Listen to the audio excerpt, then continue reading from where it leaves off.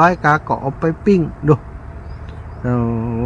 เนี่ยอย่างบะล่ำไปเหลือแค่กินคือมื้อเดียวคาบเดียวแต่ว่ากินทุกมื้อเลย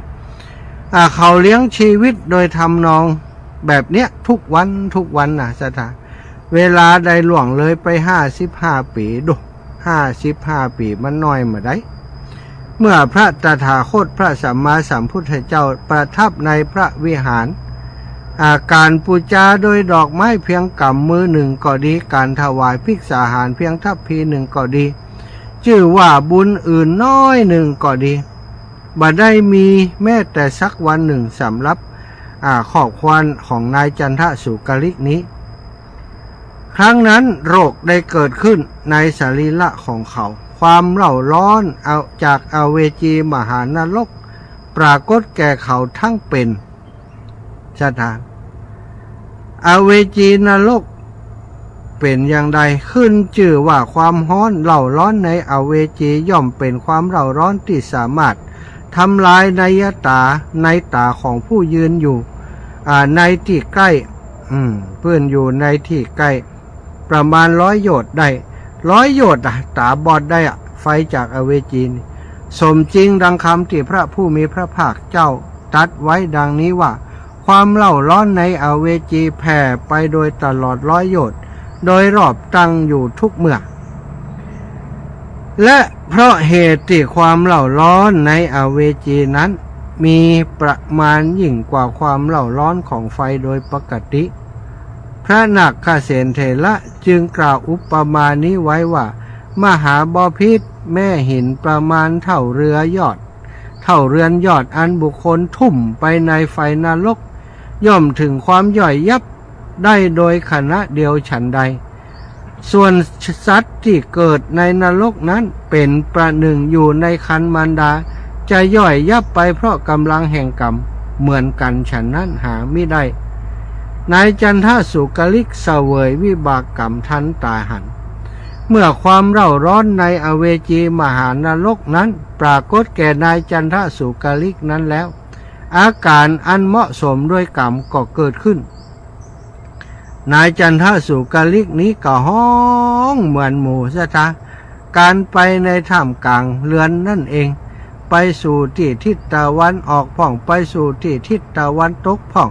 การไปทั่วบ้านค้างเหมือนหมูถูกบุ๊บเหมือนหมูถูกน้ำห้อนก็เดี๋ยวก่อนนอนกิ้งเกียกห้อนต้องห้อนใจบอกลูกเมียช่วยจิ้มไผ่ก็ช่วยบ่ได้ลำดับนั้นคนในเรือนของเขาได้จับเขาไว้มันแล้วก็ปิดปากธรรมดาผลแห่งกรรมอันใดอันไข่บ่สามารถจะห้ามได้ตัวของเขาได้เที่ยวไปได้เที่ยวร้องไปตั้งนู่นผ่องตั้งนี้ผ่องคนใน7 หลังคาเฮือนโดยรอบย่อมบ่ได้รับบ่ได้นอนดูสถานหนึ่งคนในเรือนทั้งหมดบ่สามารถจะห้ามการออกไปในภายนอกของเขาผู้ถูกมรณะภัยคุกคามแล้วใดจึงปิดประตูเรือนล้อมรักษาอยู่ภายนอกเรือนโดยประการที่เขาอยู่ภายในบ่สามารถจะออกมาทั้งนอกได้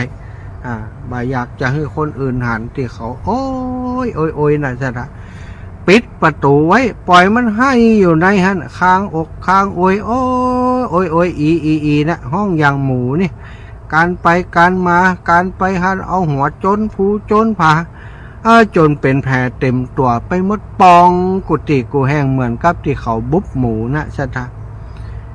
แม่นายจันทสุกลิกเที่ยวร้องไปข้างนู้นผ่องข้างนี้ผ่องภายในเรืองนั่นเองโดยความเร่าร้อนในนรกเที่ยวไปอย่างนั้นตลอด7 วันในวันที่8ก็ได้ทำกาละคือตายแล้วก็ไปเกิดในอเวจีมหานรกอเวจีมหานรกปราดพึงพรรณนาตามเทวทูตสูตรภิกษุเข้าใจว่าเขาฆ่าสุกรทำการมงคลอันนี้วันที่8เสียงเงียบไปพวกภิกษุเดินไปทางประตูเรือนของเขาได้ยินเสียงนั้นแล้วเป็นผู้มีความสำคัญว่าเสียงสุกรเสียงที่เขาห้องนั่นไปสู่วิหารนั่งในสำนักของพระศาสดาแล้วกราบทูลอย่างนี้ว่าข้าแต่พระองค์ผู้เจริญ เมื่อสุกรทั้งหลายอันนายจันทสุกลิกปิดประตูเรือนข้าอยู่วันนี้เป็นวันที่7มงคลกิริยาไรๆชะลอยจักมีในเรือนของเขาข้าแต่พระองค์ผู้เจริญเมตตาจิตหรือความกรุณาแม้อย่างหนึ่งของเขาผู้ฆ่าสุกรทั้งหลายจืดถึงเท่านี้ย่อมบ่มีก็สัตว์ผู้ร้ายกาจหยาบช้าเช่นนี้ข้าพระองค์ทั้งหลายบ่เคยหันมาก่อนเลยภิกษุทั้งหลายคิดว่านายนี่เนี่ยปิดประตูบุบหมู่ฆ่าหมู่7 วันจะได้เสียงได้ยินเสียงอย่างนั้นพระศาสดาก็ตรัสแก่ภิกษุทั้งหลายว่าภิกษุทั้งหลายเขาฆ่าสุกรตลอด7 วันที่เธอว่านั้นหาไม่ได้อันผลที่เหมาะสมด้วยกรรมเกิดขึ้นแก่เขาความเร่าร้อนในอเวจีมหานรกปรากฏแก่เขาทั้งเป็นทีเดียวด้วยความเร่าร้อนนั้นเขาร้องเหมือนหมูเขาห้องเหมือนหมูเที่ยวไปในบ้านของตนอยู่ตลอด7 วันวันนี้เขาได้ทำกาละเขาตายไปแล้วก็ไปเกิดในอเวจีมหานรกเรียบร้อยแล้วเมื่อพวกภิกษุกราบทูลว่าข้าแต่พระองค์ผู้เจริญเขาเศร้าโศกอย่างนี้ในโลกนี้แล้วยังไปเกิดในฐานะที่เศร้าโศกเช่นกันอีกหรือพระเจ้าค่ะพระพุทธองค์ก็ตรัสว่าอย่างนั้นภิกษุทั้งหลายชื่อว่าผู้ประมาทแล้วเป็นคฤหัสถ์ก็ตามเป็นบรรพชิตก็ตามย่อมเศร้าโศกในโลกทั้งสองนั่นเป็นแน่แท้คือตึงโลกนี้แล้วก็ละจากโลกนี้ไปก็เศร้าโศกหมายความว่าต้องไปฮับทุกข์ในโลกไปหน้านั้นแห่งดังนี้แล้วพระองค์ก็ได้ตรัสพระคาถาว่าอิทะโสจติเปจะโสจติปาปการีอุพยัตตัทธะโสจติโสจติโสวิหัญญติทิสวากรรมิกัมมกิริทะมัตตโนผู้ทำบาปเป็นปกติย่อมเศร้าโศกในโลกนี้ละไปแล้วก็ย่อมเศร้าโศกในโลกถึงสองหันกรรมเศร้าหมองของตนแล้วย่อมเศร้าโศกเขาย่อมเดือดร้อนนี่สถานอีปออีแม่ตั้งหลายคนที่เขาบ่ฮู้เรื่องเวรเรื่องกรรมนี่อย่างนายจันทสุกลิกนี้บ่เชื่อเลยบ่สนใจเลยเอาแต่ความอยากของปากของต้องเป็นหลักฆ่าหมูฆ่าสัตว์แล้วก็วิธีการฆ่านั้นมันโหดร้ายเกินมนุษย์มนาชื่อว่าการฆ่าแล้วโดยวิธีใดก็ตามย่อมเป็นบ่วงกรรมที่จะต้องมาชดใช้เนาะถึงในอัตภาพนี้ถึงในชาตินี้และชาติหน้าพบหน้าก็หันหลายคนซะท่าที่เปิ่นประกอบอาชีพเป็นแบบนี้นั่นได้เสวยกรรมบางคนนี่ขอบความบ้านแตกสาเล็กขาดนะจากคนที่เคยมีเงินทองใจแบบฟุ่มเฟือยต่อมามีอันเสื่อมอันเสียไปเป็นสปะเป็นจำเจาะด้อดอยบางคนคนที่เปิ่นฆ่าสัตว์ตัดชีวิตนี่ถ้าเปิ่นหู้ว่าผลของกรรมมูนี้มันอันตรายมันน่ากลัวถ้าเปิ่นสามารถลดละเลิกได้มันก็จะบรรเทาเบาบางอยู่แต่บางคนนี้ทำอาชีพอย่างอีแล้วก็บ่าหาเนาะบ่หาทางป้องกันบ่ทำบุญบ่หาวิธีการมาบรรเทาเบาบางกรรมอันนี้ก็จะเป็นสิ่งที่ลำบากในอนาคตเหมือนกันหลายๆคนมาฮือฟังเรื่องของมูนี้นะอีแม่สั่นอาจารย์จะได้บัดเดียวนี้เจ็บปวดแข้งปวดขาบางเตื่อเหมือนกับมันจะพุดจะหักอย่างใดก็บ่หัวนะ บางครั้งก็เล่นกันยามตอนเป็นหนุ่มนี่เคยหักขาตบกบตบขาเขียดฟังก็เคยหักขากบก็เคยกะมันเลี้ยงลูกเลี้ยงเต้าดูผมก่อนเกี่ยวเข้านี่ป้ากบกับหยอมหยอมระยะอย่างไรก็หักขากะกว่ามันหนีหักขาแล้วก็เอาเพียงมัดไว้เอาเน็บแอวหันดูสถามัดใส่ข้องใส่แอวหันไปบ้านก็เอาไปกินบางคนมันได้หลายตัวสมัยก่อนเปิ่นบ่ขายหรอกเอาใส่อันเปไว้3-4 วัน ศรัทธาลองกึดพอกันเนาะโอ้ขาหัก3-4 วันน่ะแล้วก็เอาเปิดมาบุ๊บมาฆ่าเอามาแกงนะแล้วมาเดียวนี้หลายคนจมที่ยังตีว่าเนี่ยฟังคนอีแม่อายุปันอีโดนรถชนอาจารย์นี่ขาหักนี่ตั้งในมีกับอันเล็กนี่มาดีนี่จะเกี่ยวก็กึดเอาคนเดียวนอศรัทธาญาติโยมทั้งหลายนะว่าได้ก่อมจังว่าของอย่างอีเนาะอันเคยได้อูกับแม่ยาแม่ของอาตมาเนี่ยเปิ้นจังอันจมให้ฟังเจ็บหลังเจ็บเอวเจ็บอันกระดูกกระเดียวจังว่าให้เปิ้นย้อนมาก่อนนะกะเขาไปเกี่ยวข้าวเกี่ยวนี่เปอะมากบหักแข่งหักขาเปิ้นตัวลึกโอ้ก็ย้อนสู่เขานะกะอีหรอถ้าบ่เลี้ยงลูกจะไปยะยังอีหรอใช่ท่ากรรมมันคือเขาอ้างนะกรรมเว้นกรรมที่เขาสร้างไว้นี่เขาจะอ้างอย่างไรกระจังอ้างความชอบทำอย่างไรกระจังมันได้สนใจทำอย่างไรก็ต้องชดใช้กรรมอย่างอันเนาะนมัสการพระคุณเจ้าขอพระคุณเจ้าประสบความสำเร็จในธรรมยาตราถวายความเคารพท่านอาจารย์อรุณชุติปัญโยเนาะ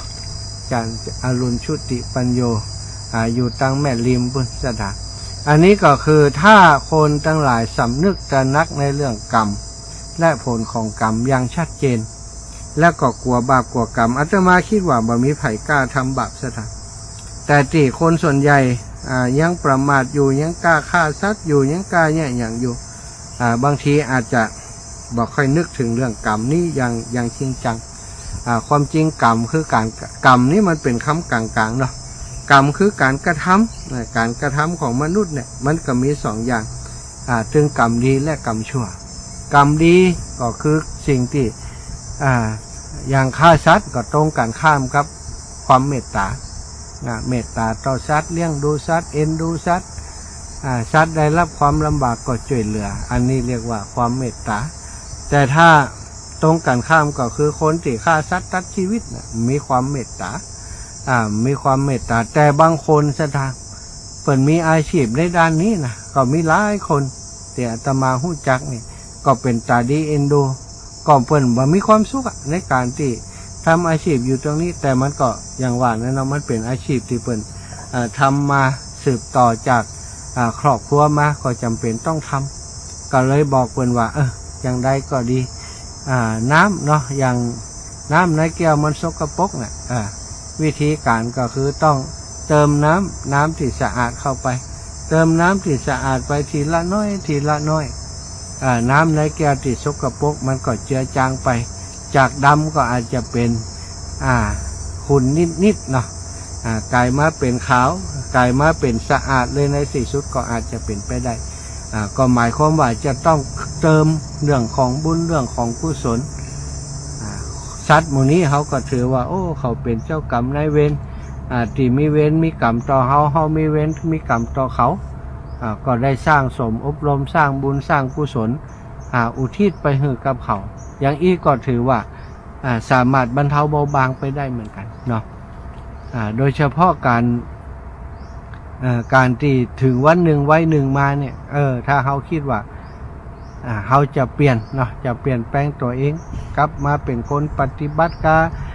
เป็นคนที่ทำบุญทำกุศลเลิก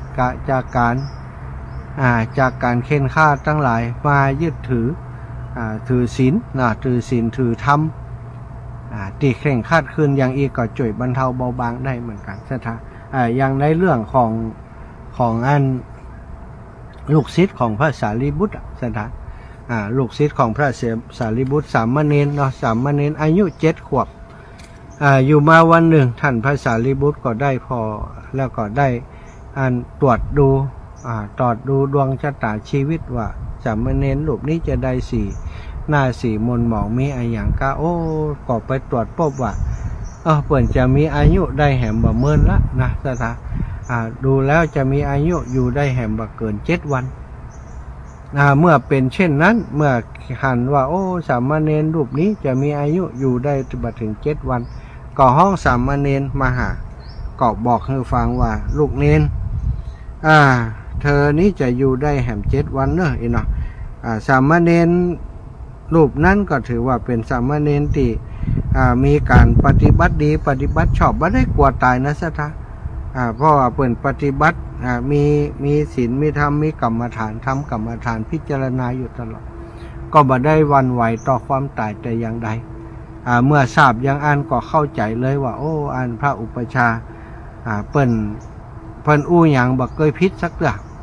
รื่องนี้ก็เป็นเรื่องใหญ่เรื่องนี้เป็นเรื่องสำคัญเมื่อพระอุปชาได้แจ้งอย่างอีกก็คงจะเป็นจริงตามนั้นแหม7 วันเขาจะตายก็เลยรีบปฏิบัติรีบดูแลครูบาอาจารย์เนาะดูแลครูบาอาจารย์จากนั้นก็ใกล้จะวันที่6วันที่6ก่อนจะถึงวันที่7ละวันที่6นั้นก็เดินทางลาอุปชาลาพระสารีบุตรเดินทางกลับบ้านก็บอกว่าอาจารย์ครับผมจะขอกลับไปบ้านเพื่อจะไปตายที่บ้านเนอะครับเนอะไปลาปอดลาแม่แล้วจะไปตายที่บ้านครับพระสารีบุตรก็อนุญาตให้ไปเพราะอย่างใดก็หู้แล้วว่าสามเณรจะต้องตายวันพรุ่งนี้ก็ตายแน่นอนเพราะดูดวงชะตาเปิ้นแล้วอายุเปิ้นมาหมออันโดยวิบากกรรมที่เปิ้นสร้างไว้แต่จัดก่อนก็สามเณรก็ได้บาได้สะทกสะท้านอย่างจะทเดินข้ามตรงไปเดินข้ามตรงตัดท้องทุ่งนาไปช่วงนั้นเป็นหน้าแล้งพอดีวะสดาหน้าแล้งก็คืออย่างบ้านเฮาเนี่ยก่อนเนาะน้ำในคลองในหนองในนามันแห้งมันขอดไประหว่างทางที่เดินไปนั้นก็ไปปะมงน้ำอยู่มงหนึ่งเหลือน้ำอยู่สักเล็กน้อยเนี่ยโอ้ป่าปลากันมาค้อนอยู่ในโมงหันคุณอดหลดสถาญาติโยมดินกันเดาะแดะก็มีโอ้ดีกับนกยางมันไปปะใส่นะเราพอแล้วป่าโมนี้นี่ถ้าวันนี้ถ้าเฮาบ่จ่วยนี่ตายแน่นอนสามเณรก็เลยไปเสาะใบไม้มาเอามาคดเป็นสวยเป็นนั่นเป็นสวยอย่างบ้านเฮาเนี่ยกันเนาะเอามาคดเอาน้ำเข้าใส่เห็นน้อยคดเป็นสวยใหญ่ๆฮั่นก็ยิบป่าเอาป่าเข้าใส่เอาป่าเข้าใส่ในสวยนั้นจนหมดจากอันตีดินอยู่ในขี้เปื้อขี้ตมฮั่นน่ะสถาจากนั้นก็หอบเอาอันป่านั้นไปปล่อยในแหล่งน้ำในน้ำที่มันมีโอ้ป่าหมู่นั้นก็ดีใจร้อยวุ่นร้อยไปบางตัวก็แวดหวันอยู่กับสามเณรบางตัวก็ลอยหายแชบไปเลยนี่สถาสามเณรพอได้ปล่อยป่าแล้วความรู้สึกก็เกิดความรู้สึกดีระหว่างที่เก็บป่านั้นก็บอกว่าโอ้เธอตั้งหลายดีและโจกดีที่ฉันมาปะวันนี้นะถ้าวันพรุ่งนี้นี่เธอก็ต้องบรรลอดแล้วเธอก็จะตายเหมือนฉันแล้วดีและโจกของเธอยังมีอยู่ชีวิตของเธอยังมีบุญอยู่ยังมีคนมาช่วยแต่ชีวิตของเฮานี่กาวันผูกก็จะไปแล้วนะวันผูกก็จะลาจากโลกนี้ไปแล้วจะต้องตายแล้วจะต้องตายจากพ่อจากแม่จากครอบครัวไปแล้วเธอยังหมู่อันป่าทั้งหลายนี่ยังโจกดีอยู่นี่เฮายังช่วยได้แต่ตัวเฮานี่มันมีภัยช่วยได้แล้วนะก็ไปด้วยไปจนถึงที่ปล่อยป่าซะท่าพอปล่อยป่าไปแล้วท่านสามเณรก็ดีใจปลื้มใจวันนี้ได้ช่วยชีวิตถึงชีวิตของเฮาวันพรุ่งนี้จะตายก็จ้างมันเถอะลูกวันสุดท้ายยังได้ช่วยชีวิตป่าแห่งจัดรักเป็น40-50 ตัวบุญกุศลแท้หลักเดินทางกลับไปถึงบ้านเมื่อไปถึงบ้านก็ไปบอกคือครอบครัวโยมป่อโยมแม่และญาติพี่น้องแจ้งข่าวเรื่องของพระอุปชาพระสารีบุตรบอกว่าตัวเองเนี่ยท่านเนี่ยจะได้เสียชีวิตวันพรุ่งนี้หมู่ญาติพี่น้องพอได้ทราบข่าวก็พากันมาหาสามเณรมาขอฟังธรรมจากสามเณรเขาก็บ่ได้วันไหวอย่างนักนะเพราะว่าก็เชื่อแน่ว่ากรรมคำทำนายของพระสารีบุตรต้องเป็นไปตามนั้นเพราะพระสารีบุตรนี้บ่เคยอย่างที่มันบ่เป็นความจริงสิ่งที่เป็นความจริงเท่านั้นที่เปิ้นเปิ้นจะเรื่องนี้มันก็เล่นบ่ได้ตัวหมู่ญาติทั้งหลายก็แน่ใจว่า ลูกของตัวเก่าหลานของตัวเก่านี้จะต้องไปแน่ๆแล้ววันพรุ่งนี้ก็ป้ากันมานั่งเฝ้าฟังธรรมปฏิบัติธรรมโดยเพิ่นตลอดทั้งคืนแล้วก็สังเกตดูว่าสามเณรจะตายด้วยอาการอย่างใดจนคืนนั้นเข้าสู่รุ่งเช้าของวันใหม่จนไปถึงเมื่อแรงแล้วก็ถึงวันแห่มวันหนึ่งโอ้ญาติพี่น้องทั้งหลายก็โห่กันชัยโยกันป้นวันที่7แล้วหรอสถาวันที่8แห่มวันวันวันที่8แห่มวันก็เป็นอย่างพร้อมเป็นอย่างแล้วก็คนทั้งหลายว่าเกิดไอ้อย่างขึ้นนี่กับสามเณรนี่กรรมทำนายของพระเถระบัดน่าจะมีปัญหาพระสารีบุตรต้องอู้ความจริงแน่นอนแต่มันเกิดไอ้อย่างขึ้นถึงทำให้สามเณรมาได้เป็นอย่างเป็นปาฏิหาริย์อย่างก็ถามสามเณรถามว่าระหว่างทางที่เดินมาจากวัดนั้นได้ทำไอ้อย่างพ่องก็โอ้เน้นก็เล่าให้ฟังว่าไปช่วยชีวิตป่าซะทะโอ้หมู่ญาติทั้งหลายก็เลยว่าโอ้คงจะเป็นเพราะเรื่องนี้สามเณรทำให้ท่านได้มีอายุยืนต่อคงจะมีอายุยืนต่อไปแห่ม100 บุญอ่ะเอาละหมู่เฮาดีละป้ากันสามเณรกลับไปหาพระอุปัชฌาย์พระสารีบุตรเมื่อพระสารีบุตรหันสามเณรยังมีชีวิตอยู่ก็ได้ตรวจดูดวงชะตาใหม่ก็ปรากฏว่าโอ้มันเกิดเรียกว่าเกิดไอ้อย่างขึ้นกับสามเณรก็ได้หันถึงกรรมดีที่สามเณรได้ทำระหว่างที่กลับบ้านสตาเป็นเหตุผลให้สามเณรได้มีอายุยืนต่ออยู่ต่อไปจนถึง100 บุญว่าได้บรรลุเป็นพระอรหันต์ตัวนี่ศรัทธาญาติโยมทั้งหลายกรรมถ้าบางคนนี่นะทำกรรมบดีไว้บอกว่าจะไปแก้กรรมไปให้ทุเจ้าแก้กรรมให้ไปแก้กรรมให้ไปขอลดกรรมไปขอลดกรรมให้ทุเจ้าอย่าให้ถามว่าเป็นไปได้ก่อศรัทธาลองคืดพอเถอะมันจะเป็นไปได้กะทุเจ้าพระพุทธเจ้ายังจ่วยลดกรรมให้ไผ่มาได้พระพุทธเจ้าก็เพียงแต่สอนให้ทำกรรมดีละกรรมชั่วกรรมที่คนทำอยู่แล้วอย่างแม้กระทั่งสาวกของพระองค์พระโมคคัลลานะพระสารีบุตรนี่ก็ท่าพระโมคคัลลานะอดีตชาตินี่เคยตุบปอตีแม่มาก่อนเคยฆ่าป่อฆ่าแม่มาก่อนพอมาถึงชาตินี้เป็นขนาดเป็นพระอรหันต์นะท่ายังถูกเปิ่นบุบเปิ่นตีซึ่งพระพุทธเจ้าก็สามารถจะไปแก้กรรมของพระสารีพระโมคคัลลานะได้พระอรหันต์ยังบ่สามารถแก้กรรมของตัวเก่าได้แล้วเขาจะไปเจือยังว่าโอ้ตุเจ้าเปิ่นจะแก้กรรมให้เขาได้สะเดาะเคราะห์ต่อชะตาให้เขาได้เพียงแต่ว่าเปิ่นก็ทำให้เขาหมอกสบายใจเองเนาะแต่ว่าถ้าถึงกับขนาดที่ว่าสะเดาะเคราะห์ต่อชะตามันก็คงเปลี่ยนไปได้ยากนะศรัทธาญาติโยมพอเวลาต่อฮือต่อเฮแล้ว15:58 ศรัทธาญาติโยมชั่วโมงแรกชั่วโมงต้นนี้ไปฟังรายการอยากจะสนทนาจะตัวจะสอบถามเรื่องโน้นเรื่องนี้หรือว่าแจ้งผลการรับฟังก็ขอเจริญปอนเนอร์เจริญปอนแจ้งมาโทรมาได้เลย080-8844-173 080-8844-173เนอะ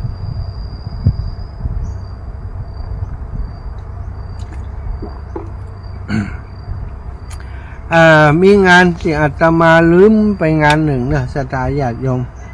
เป็นงานของครูบาอาจารย์ที่ทำงานด้วยกันเนี่ยเครือข่ายคลื่นสีขาวศรัทธาก็จะคุ้นหน้าดีท่านอาจารย์เจริญ10,000อยู่เมืองฝางเนอะอยู่เมืองฝางเจริญปอนอีละ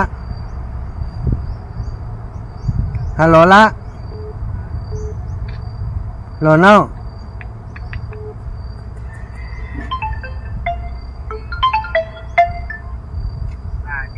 เจริญปอนแม่สีทอนเจ้าแม่ฟังลูกอยู่เด้อเจ้าห่อนกอบ้านโอ้ฝนเจ้า จะขออยู่ดิบเดียวเนี่ย โอ้ยเจ้า ฝนตกกับฝนนัดแต่ได้เจ๊ะๆนะ อืม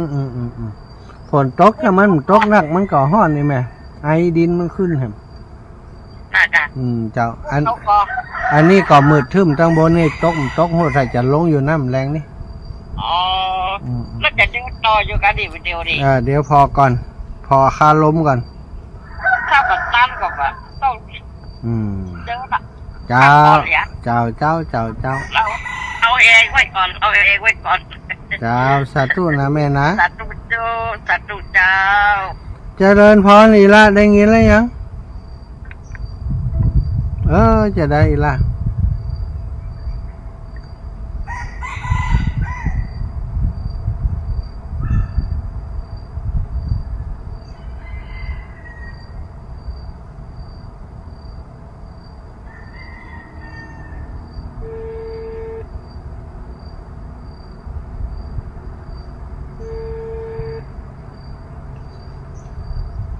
ฮัลโหลละ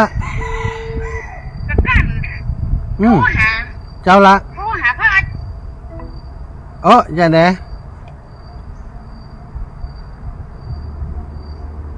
โทรศัพท์เวลามันเป็นอย่างนี้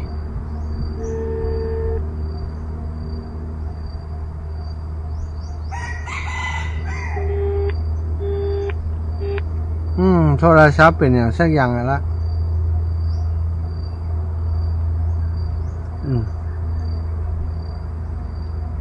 กูอยู่ดีๆมันก็แบบไปป่อกำนันอีป่อติดตามอยู่เด้อสาธุป่อเข้ามาพักวัดอนัตตาวัดป่าอนัตตาแม่ยายพรมาที่การเด้อาหาเจ้าถ่ายทอดพูดอะไรกันมาถ่ายทอดอุดรให้กับเสียงจากอุดรฝนตกจ้านะพูดอะตกว่ะมืดทึมมาตั้งนายุงเก่านี่ก็เจ้าไม่หาตกอะเจ้ายายเจ้าไม่ถ้ามาเดินเนี่ยมาเดี๋ยวแช่น่ะ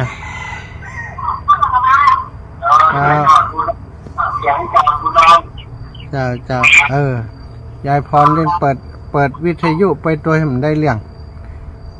ถ้าจะโทรหาการห้ามเปิดพัทยุ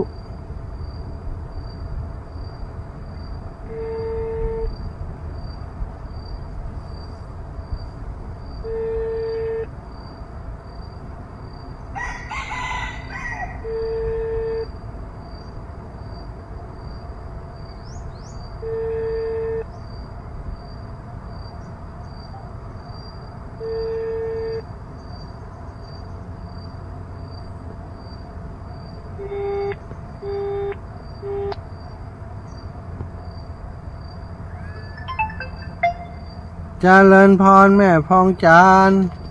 เจ้าแกไว้สารเจ้าลูกวัดมาแบบเดียวนี่เจ้าเปิดจับพอดีไปอย่างเจ้าวันนี้วันพระแล้วเจ้าไปวันพระเนาะจะคืนกับฟังอยู่นะตอนที่เจอันโทรแห่แค่นั้นแหละได้ยินอยู่เจ้าติดตามอยู่เนื้อเจ้าวางเพื่อกำลังใจเนื้อเจ้าขอบคุณอนุโมทนาบุญกับท่านตัวเนื้อเจ้า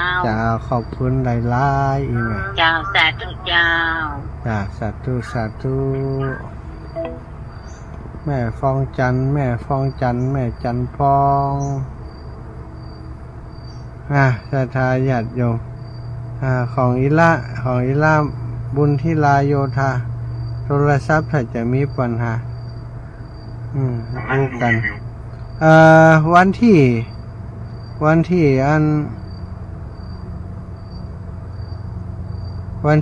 19เนาะวันที่19เนอะวันที่19ศรัทธาญาติโยมพี่น้องอันลำปางของเฮาพี่น้องลำปางของเฮาจะไปแอวหาจะไปร่วมบุญอายุวัฒนมงคลกับหลวงปู่พระครูปฏิภาณธรรมทินก็ฝากกับศรัทธาญาติโยมที่สามารถไปได้เนาะบัดติดขัดปัญหาอะไรอย่างสามารถจะไปได้ก็เรียนเชิญเจริญพรเนอะ ได้ไปร่วมบุญร่วมกุศลด้วยกันได้ไปอาจจะเอาลงทานไปก็ได้นะบางคนที่อย่างน้องบุญที่ลาโยธาทุกครั้งที่แกไปร่วมงานบุญเนี่ยแกก็จะเอาลงทานไปด้วยเอาลงทานไปช่วยครูบาอาจารย์เนาะพระหม่อนสีสองเมืองก็ไปหลายครั้งนะหม่อนสีสองเมืองก็เอาอย่างไปช่วยหลายครั้งละนะน้องบุญที่ลาโยธาที่อันของปีนี้ก็คงจะไปวันนั้นก็ได้บอกอาตมาว่าไปร่วมงานที่ของท่านอาจารย์พระครูอภิวัฒนวิกรมเนาะก็ต้องขอบคุณเด้อน้องบุญที่ลาโยธาแต่กี้เพิ่นพยายามจะโทรมาแต่ว่าก็โทรศัพท์เพิ่นถ้าจะมีปัญหาอู้กันได้น้อยเดียวมันก็ตัดไปเนาะสาธุเนอะโยมแม่บัวขี้ท่าโปเจ้าไปจ่ายเจ้าป้าจันเจ้าแม่เป็นกำลังใจให้เด้อที่การทุกวันน้องนี่แม่ถ้าบ่ได้ไปเพราะว่าจะลองชะลาการประเรียนมาที่21 22เป็นยังแม่แล้วกันหมายเลขบัญชีเลยแต่ตัวนี้มันลูกโคกันอู้กันแกเลขบัญชีอันสถานีอะไรมั้ยล่ะเจ้าเพื่อจะทำเมฆหนอไปทำงานตรงนี้53ก่อนได้503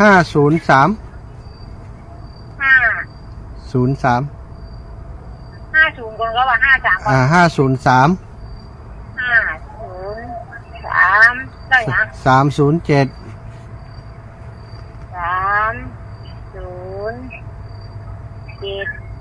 503 307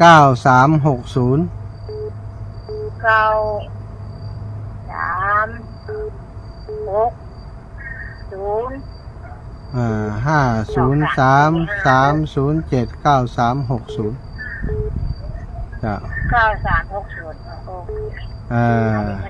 มันจะมีชื่ออาจารย์นพดลขึ้นก่อนเนอะอาจารย์เปิดบัญชี3คนอาจารย์มหาอาจารย์บวรวิทย์แล้วก็น้องแอมเจ้าแต่วันนี้มันช่วงกันแกที่ตามทุกวันแล้ววันนี้เจ้าเปิดจับพอดี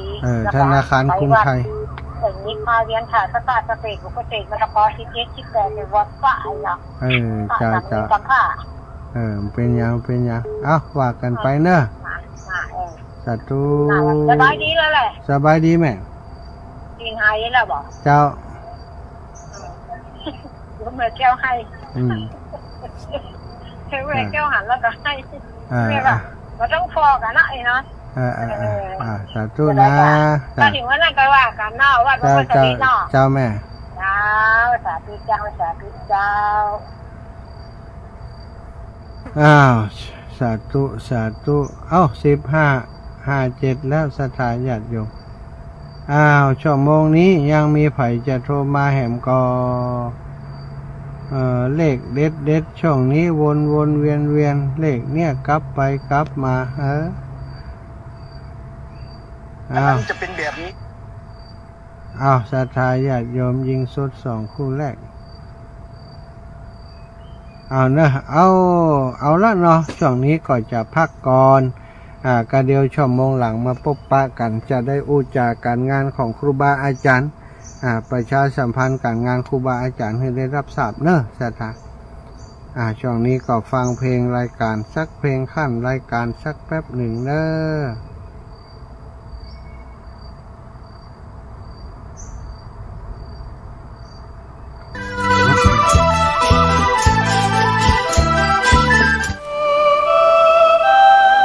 ชีวิตมนุษย์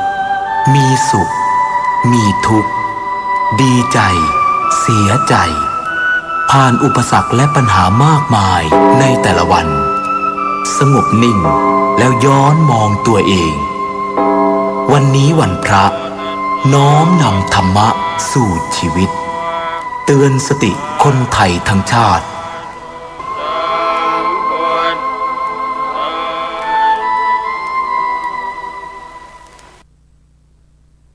1669 กระดูกหักเรียก1669บาดเจ็บกระดูกสันหลังเรียก1669ไฟฟ้าช็อตเรียกไฟไหม้น้ำร้อนลวกอย่างรุนแรงเรียก1669จมน้ำเรียก1669ถูกยิงเรียก1669ถูกแทงเรียก1669อุบัติเหตุจราจรเรียก1669ช็อกหมดสติเรียก1669ปวดท้องกล้าฉุกเฉินมีน้ำเดินตกเลือดเรียก1669เจ็บป่วยฉุกเฉินและบาดเจ็บจากอุบัติเหตุเรียก1669รวดเร็วปลอดภัยมีประสิทธิภาพบริการ 24 ชั่วโมง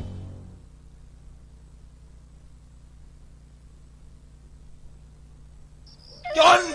เครียดกินเหล้าจนเครียดกินเหล้าจนเครียดกินเหล้าจนเครียดกินเหล้าจนเครียดกินเหล้าจนเครียดกินเหล้าก็เลยยิ่งก็เลิกสิเหล้าอ่ะจนเลิกเหล้าเลิกจนเริ่มต้นเข้าพรรษานี้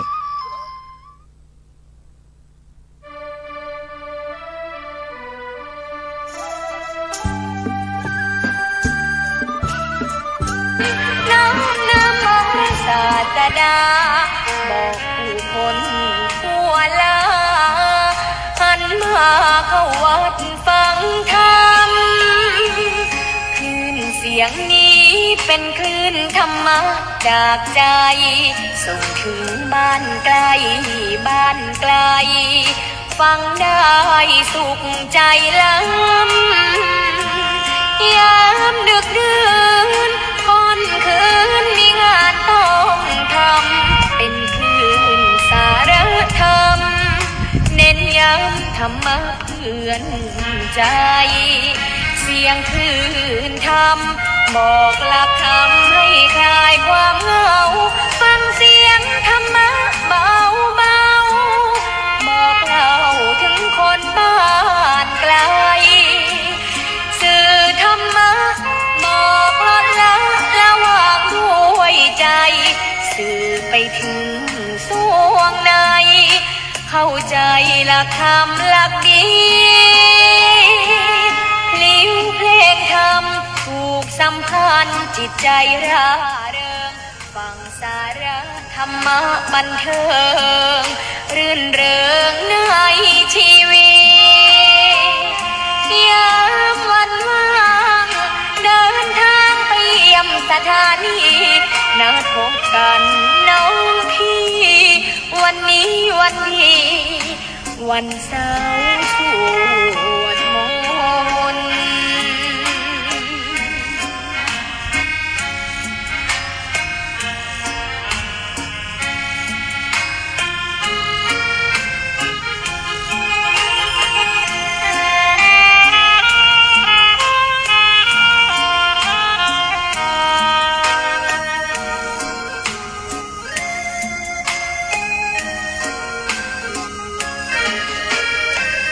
เสียงคลื่นธรรมบอกหลักธรรมให้คลายความเหงาฟังเสียงธรรมะเบาบอกเล่าถึงคนบ้านไกลสื่อธรรมะบอกลดละวางด้วยใจสื่อไปถึงสวงในเข้าใจหลักธรรมหลักดีพลิ้วเพลงธรรมถูกสัมพันธ์จิตใจร่าเริงฟังสาระธรรมะบันเทิงรื่นเริงในชีวิตยามวันว่างเดินทางไปเยี่ยมสถานีนัดพบกันน้องพี่วันนี้วันดีวันเสาร์สวดมนต์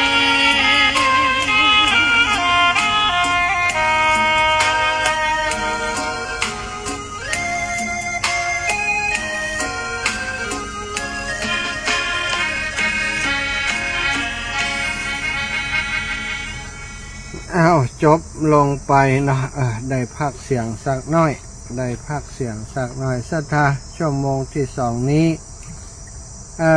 ก็มีงานครูบาอาจารย์นะแจ้งบอกให้ศรัทธาญาติโยมได้รับทราบ แจ้งบอกคือญาติโยมได้รับทราบก็คืองานของหลวงปู่พระครูปฏิภาณธรรมทินในวันที่19แล้วก็งานที่วัดพรหมมงคลตาล้อเปิ่นจะวางศิลาฤกษ์ก็วันที่19วางศิลาฤกษ์วิหารท่านอาจารย์วันใหม่ธนัชชาแล้วที่วัดพระเจดีย์เสาหลังพระอารามหลวงอำเภอเมืองจังหวัดลำปางเป็นงานสัตตมวานครบ100 วันของหลวงปู่พระราชจินดานายกเนาะซึ่งก็เกี่ยวข้องกับพี่น้องทางลำปางเนอะที่สำหรับวันหลวงปู่หลวงปู่อดีตที่ปรึกษาเจ้าคณะจังหวัดลำปางอดีตเจ้าคณะจังหวัดลำปางอดีตเจ้าอาวาสวัดพระเจดีย์เสาหลังพระอารามหลวงซึ่งได้มรณภาพไปตั้งศพบำเพ็ญกุศลครบ100 วันในวันที่19พี่น้องเจ้าลำปางไปบ่ได้ไปเวียงป่าเป้าก็ไปที่วัดเจดีย์เสาที่ลำปางเนาะไปเป็นกำลังใจบรรดาลูกศิษย์ลูกหาพระสงฆ์องค์สังฆเจ้าวัดพระเจดีย์เสาหลังซึ่งได้จัดงานสัตตมวานขึ้นในนามคณะสงฆ์ก็ขอเล่นเจริญปอนศรัทธาญาติโยมได้ไปร่วมบุญร่วมกุศลด้วยกันจิตแล้วก็มีงานวันที่22เนี่ยศรัทธาความจริงเปิ่นแจ้งอาตมาเมื่อแล้วก็บ่มีเวลาได้ประกาศให้เปิ่นท่านอาจารย์ทุปิเจริญนะท่านอาจารย์เจริญอยู่เมืองฝางพุ่นนะได้ร่วมบุญร่วมกุศลด้วยกันเป็นประจำได้ร่วมบุญร่วมกุศลด้วยกันเป็นประจำมีศรัทธาเปิ่นแจ้งมาแต่เจ้านี่นะคณะสงฆ์ตำบลโป่งน้ำฮ้อนองค์การบริหารส่วนตำบลโป่งน้ำฮ้อนโดยสภาวัฒนธรรมชมรมกำนันผู้ใหญ่บ้านผู้ช่วยแพทย์สารวัตรกำนันสมาชิกองค์การส่วนบริหารส่วนตำบลชมรมผู้สูงอายุกลุ่มแม่บ้านอสมกลุ่มหนุ่มสาวเยาวชนและคณะศรัทธาตำบลโป่งน้ำฮ้อนทุกหลังคาเรือนเรียนเชิญท่านได้ร่วมบุญงานประเพณีส่งน้ำพระธาตุประจำปี 2567 วัดพระธาตุศรีมหาโพธิ์ตะโปมหาโพตะโปธารามพระธาตุม่อนปินเนาะตำบลโป่งน้ำฮ้อนอำเภอฝางจังหวัดเชียงใหม่ในวันพุธที่22 พฤษภาคม 2567 15 ค่ำเดือน8เหนือ8เพ็งเดือน6ใต้เวลา 8 นาฬิกาเป็นต้นไปสามารถร่วมเป็นเจ้าภาพทายทานพัดลมชุดละ 1,000 บาทจำนวน9 ชุดยอดปัจจัยถวายพระภิกษุสงฆ์500 บาทจำนวน23 รูปหรือเป็นเจ้าภาพโรงทานติดต่อได้ที่พระจำเริญโชติธรรมโมรักษาการแทนเจ้าอาวาสแล้วก็สอบต.มานิชโชคอรพันธ์อันนี้ก็เป็นติดต่อที่ท่านอาจารย์เจริญเนอะศรัทธาญาติโยมถ้าไผจะนี้หรือว่าส่งผ่านอาตมาก็ได้เนาะติดต่ออยากจะเป็นเจ้าภาพอะไรอย่างเพราะส่วนใหญ่นี่เบอร์ของท่านอาจารย์จำเริญนี่ศรัทธาจะบอกให้ศรัทธาไว้เผื่อศรัทธาจำได้ก็จดไว้เนอะ086-346-6955พี่น้องเมืองฝางของเราไปเป็นกำลังใจอาจารย์เจริญเนาะเป็นตัวแทนของเมืองฝางไปช่วยการช่วยงานครูบาอาจารย์ทุกที่ทุกทิศเนอะ086-346-6955นะ086-346-6955ตอนนี้อาตมาก็เป็นตัวแทนศรัทธาญาติโยมเนอะเป็นตัวแทนศรัทธาญาติโยมสนับสนุนพัดลมเป็นไป5 ตัวก็ 5,000 บาท5 ตัว 5,000 บาทศรัทธาญาติโยมไผจะร่วมด้วยอาตมาก็แจ้งมาที่อาตมาได้ตอนนี้ได้โอนปัจจัยไปให้กับทางคุณโยมกนกพิชัยนาซึ่งได้ดูแลเรื่องนี้ช่วยท่านอาจารย์จำเริญแล้วเนาะไผจะเป็นเจ้าภาพโดยอาตมาตรงนี้ก็ได้หรือว่าจะเป็นเองก็แล้วแต่เนอะถ้าเป็นเองก็ติดต่อที่ท่านอาจารย์เจริญ086 หรือว่าจะแบ่งเบาที่อาตมานี่โอ้5ตัวอินดูท่านอาจารย์สมชาติก็แบ่งกันที่นี่ก็ได้เนอะแบ่งกันก็เหลือให้อาตมาสักตัว ถ้ามีคนแบ่งเนาะได้สนับสนุนคุณโยมกนกพิชัยนาเปิ่นก็ร่วมบุญส่วนตัวไปแหมเนาะ12,000 บาท 12,000 บาทรวมเป็นเจ้าภาพพัดลมและถวายปัจจัยสงฆ์ก็ขอขอบคุณนะคุณโยมกนกพิชัยนาและคณะศรัทธา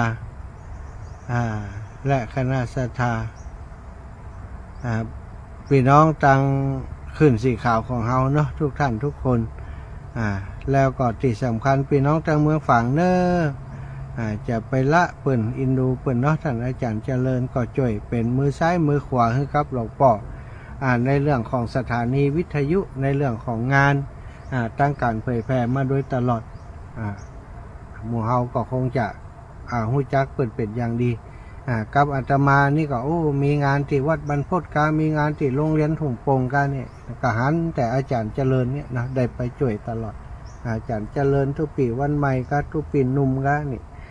เป็นทีมงานเรียกว่าหน่วยหลวงหน้านะหน่วยหลวงหน้า ไปทำงานหลวงหน้าครูบาอาจารย์ไปรอครูบาอาจารย์ทุกงานฉะนั้นเปิ่นมีงานเปิ่นนี่อาตมาบ่ได้ไปช่วยเปิ่นเพราะว่าเดินอยู่เพ่นะก็ส่งใจไปช่วยส่งปัจจัยไปช่วยเป็นตัวแทนศรัทธาญาติโยมเนาะให้หอมเปิ่นไปเป็นกาบพัดลมที่เปิ่นจะเอาเป็นสังถวายครูบาอาจารย์เก้าตัวเนาะได้ช่วยเปิ่นไป5ตัวได้ช่วยเปิ่นไป5ตัวส่วนอื่นๆแฮมก็ช่วยกันคนละเล็กละน้อยก็กุ้มกับปอไปอาตมาคิดไว้อย่างนั้นนะท่านอาจารย์จำเริญเนอะอาจารย์จำเริญ10,400ต้องขอบคุณครับโยมญาติโยมที่เปิ่นแจ้งข่าวมาเพราะบางอันอาตมาก็ลืมนะเมินไปก็ลืมเปิ่นแจ้งบอกมาเมินแล้วแต่ว่ามันก็ลืมไปแล้วนะมีงานหลายอย่างซ้ำโดยส่วนตัวช่วงที่เดินนี่ก็ทำโครงการหลายอย่างด้วยซะท่าไปช่วยเปิ่นที่อันเทปูนนั่นศาลาการประเรียนที่วัดป่าสวนธรรมส่องใจก็เป็นเจ้าภาพด้วยเปิ่น100 ไต่เนาะ100 ไต่ก็10,000 กว่าบาทเปิ่นต้องการ400 ไต่เต็มเดียวนี้ได้ครบแล้วเนาะได้ช่วยเติมให้เปิ่นไปจนครบแล้วค่าน้ำค่าไฟของสถานีโยมนางสาวสาวิตาภูประเสริฐเนาะร่วมบุญมา100 บาทเนอะขอบคุณเนอะค่าน้ำค่าไฟสถานีขอบคุณ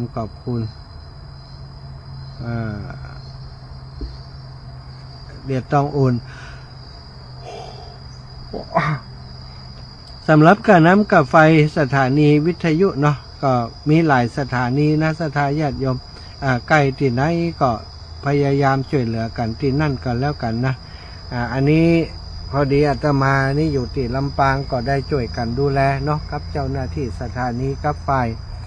บริหารสถานีวิทยุของวิทยาลัยสงฆ์นครลำปางเจริญปอนเจ้าที่ลาบ้านหนองยางไหนล่านะล่าจะได้อันโทรศัพท์ดีล่ะรู้วันนั้นลาไปก่อนทุกปีอันตีปากกลางเจริญเปียได้ไปหนักงานวัดบ้านเฮานะมันเป็นอย่างอันเขาไปจ่ายไปแล้วลาพันเอาช่วยเอาทุกปีเจริญเอาพัดลม2 ตัวสาธุช่วยแบ่งเบาติกำเจอย่างเลยเอาของลูกไปโทเนี่ยผูกไปซื้อใหม่ซื้อใหม่ด้วยละแต่ปิดโทรเข้าไปก็ฮับได้น้อยเดียวแต่ก็ซื้อยังเก่าเลยนะมันอย่างก็มันเขาคุ้นเคยกับรุ่นนี้เจ้าต้องไปยากรบกวนนะเจ้าย่าไว้สาเจ้าสาธุอีละจ้าสาธุเจ้าน้องสาวช่วยแบ่งตู้ปีแหม2 ปันแล้วนั่น2 ตัวก่อนนะขอบใจเนอะอีละขอบใจหลาย ศรัทธาญาติโยมเนาะก็ได้อูจากันถึงงานของครูบาอาจารย์ก็มีรายการรายงานนะถ้าอูไปหมดก็โอ้งานนั่นก็ดีงานนี่ก็ดี งานตัวเก่าป้อมใครได้อู้สถานงานตัวเก่าก็คือ ตอนนี้อาตมาเดินธุดงค์ธรรมยตราเพื่อการศึกษานะก็เลยบอกว่าเรื่องการศึกษาหรือจะไปอู้ตอนที่อันถึงเชียงใหม่ก็แล้วกันถึงไปกราบพระธาตุดอยสุเทพเรียบร้อยก็จะเริ่มระดมทุนละเนาะจะได้ต่อได้บ่าวะนะก็จะระดมทุนเอาคนที่เปิดมีน้ำจิตน้ำใจอยากจะร่วมบุญตัวเนี่ยพี่น้องตั้งเชียงใหม่อาตมาเดินผ่านตรงไหนศรัทธาเปิ่นอยากจะหอมบุญช่วยเหลือการศึกษาก็เอาหอมติระหว่างเดินก็ได้นะหรือว่าจะนิมนต์ไปที่วัดที่ชุมชนของท่านก็ได้จะได้ไปพบปะกันได้ชี้แจงได้บอกได้กล่าวจะตานพระป่ากันอย่างอันก็ได้เนาะส่วนกำหนดการที่จะไปถึงวัดบรรพตสถิตวันใดนั้นก็ยังบันแน่นอนจ้ะที่กำหนดว่าประมาณวันที่15 มิถุนาบัดเดียวมาเช็คพอแล้วเวลาที่จะเดินไปนี่ยังแหมไก่อยู่อาตมาบัดเดียวนี้เช็คพอแล้วเดินได้ต่ำกว่ามาตรฐาน เมื่อก่อนเนี่ย25 กิโลเดินอย่างเดียวนะเดี๋ยวนี้ได้ประมาณ20 กิโลเดี๋ยวนี้เป็นวันที่15ได้200 ป่ายกว่ากิโลเห็ดแล้วนะ15ได้200 ป่ายกว่ากิโลแสดงว่า100 กิโลนี่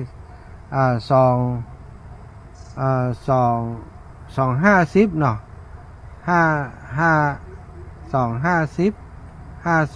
บัดเดียวมัน15แสดงว่าเดินได้ต่ำกว่าหลายวันเดินได้ต่ำกว่า20 กิโลฉะนั้นก็กำหนดหมายอาจจะเลื่อนออกไปเนาะเลื่อนออกไปตามที่เดินตามข้อเท็จจริงที่เดินทางไปถึงถ้าเดินทางไปถึงจ้าก็จะได้บอกศรัทธาว่าอาตมาจะไปถึงวันใดตอนที่ไปถึงเชียงใหม่แล้วก็แล้วกันเนาะในส่วนนี้ก็จะแจ้งให้ศรัทธาทราบทีหลังเนาะถวายของพระอาจารย์ครับอันนี้ยาเป็นยาอมบำรุงหัวใจครับอาจารย์เวลาอมใจอมมันเพื่อชื่นนี่ครับเพื่อชื่นล่ะเวลาเขาเดินล่ะครับผมกำกึ่งเม็ดอาจารย์กำกึ่งเม็ดโอ้ดีโลเปิ่นมียาดีนี่วันหลังต้องติดตัวละเอาไปอมบำรุงหัวใจแล้วมันเวลาเดินยิบนะครับมันช่วยให้เราหายใจลงนี่ครับขอบคุณอาจารย์วันนี้ถ้าจะได้นอนนี่แต่อาจารย์ดูมืดวันนี้ก็ได้อาจารย์แล้วแต่อาจารย์จะพักที่ไหนครับเจอก่อนสบายเลยครับคือวันนี้ฝนตกครับเนาะอาจารย์ติดไปจ้ามันสงบกว่าอาจารย์มันติดครับมันที่ถนนครับอาจารย์อันเดี๋ยวนี้ดีกว่าเนาะสงบกว่าครับสบายครับดีใจได้ป้าคนเมียงด้วยกันผมลูกครึ่งครับผมลูกครึ่งตั้งเพศด้วยหรอครับผมอีสานไปง่ายไปอยู่เชียงรายครับเชียงแสนเชียงรายครับปีก่อนผมเดินเชียงแสนเชียงของเชียงคำเชียงพุ่นอ่ะผมเดินอ้อมตั้งแต่วังเหนือนี่ขึ้นไปตั้งแม่ริมออกไปตั้งแม่ริมออกไปตั้งแม่แตงใช้ปราการ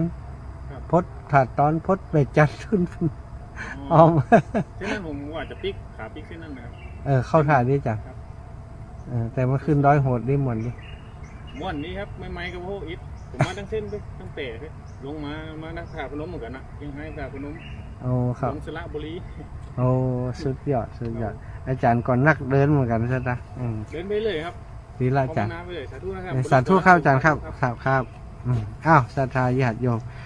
มาอยู่วัดเปิ่นก็ได้เปิ่นแห่2-3 กรัมอันฝั่งจัดรายการในท่านอาจารย์ก็เมตตาเนาะเมตตาเปิ่นนิมนต์พักที่เนี้ยวันนี้นะก็จะพักที่อันกุฏิที่เปิ่นจี้ให้พอกุฏิหลังพุ่นรู้สึกว่ามันจะอยู่สูงดีแล้วก็อย่างก็แต่มันเรียบร้อยไปหน่อย อยากจะอยู่ตีมันสบายก็ฝากกับศรัทธาญาติโยมเนาะเรื่องของโรงเรียนบ่ต้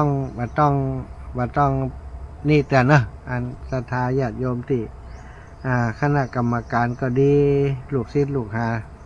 น้องหนุ่งสุ่งซองติโรงเรียนต้องห่วงเนาะเหลือเวลาไปถึงเชียงใหม่แล้วนี่ประมาณ15 วันนี่ก็จะระดมทุน บอกศรัทธาญาติโยมให้เปิ่นได้รับทราบช่วงนั้นก็จะประกาศให้เปิ่นทราบทุกวันว่าได้ปัจจัยต่อใดแล้วเนาะจะเสร็จโครงการแล้วก็จะได้พักผ่อนแห่ที่สำหรับงานของอาตมาเนาะจริงๆแล้วในงานของส่วนตัวบ่อยากจะอู้นัก4,000มาส่วนใหญ่ก็จะเป็นงานของส่วนรวมของครูบาอาจารย์ทั้งนั้นงานส่วนตัวของอาตมาก็คืองานของธรรมยตราเพื่อการศึกษาแม้กระทั่งการพัฒนาที่วัดบรรพตสถิตนี่อาตมาก็ไม่ค่อยได้อู้ได้แจ้งบอกคือศรัทธาญาติโยมทำการช่วยเหลือแต่อย่างใดมากนักเพราะก็เกรงใจก็เดียวของงานนั่นก็เดียวของงานนี้นะส่วนใหญ่ก็อย่างว่านะเป็นงานครูบาอาจารย์ที่ต้องร่วมโดยช่วยกันเปิ่นช่วยเฮาช่วยเปิ่นเนาะอย่างท่านอาจารย์เจริญตะกี้น่ะโอ้ลืมของเปิ่นเปิ่นบอกตั้งแต่เมินแล้วแต่ก็บอกเปิ่นว่าตอนนี้มันมีงานหลายอย่างนะอาจารย์เดี๋ยวก็ค่อยประกาศทยอยประกาศที่หลังเอาหน่อยเนาะก็เอาไปเอามาก็ลืมไปดีว่ามีคุณโยมกนกพิชัยนาเปิ่นส่งแบบประชาสัมพันธ์มาให้เนาะว่าโอ้มีไผช่วยประชาสัมพันธ์ของงานท่านอาจารย์เจริญด้วยเป็นตาดีอินดูเปิ้น ถ้าจะน้อยใจอยู่ฮะนะเนาะอาจารย์สมชาติบัดช่วยประกาศให้กำแล้วอีนะแต่เจ้าก็เลยว่าอันอย่างน้อยก็โอนปัจจัยไปให้เปิ้นได้เตรียมไปซื้อพัดลมโอนไปแล้วเนื้อสถา5,000 บาทตะกี้ก็อีลาน้องบุญทิลาโยธาจ่วยตุปีแหม2,000นะก็เท่ากับว่าได้มาแบ่งเบาเนาะ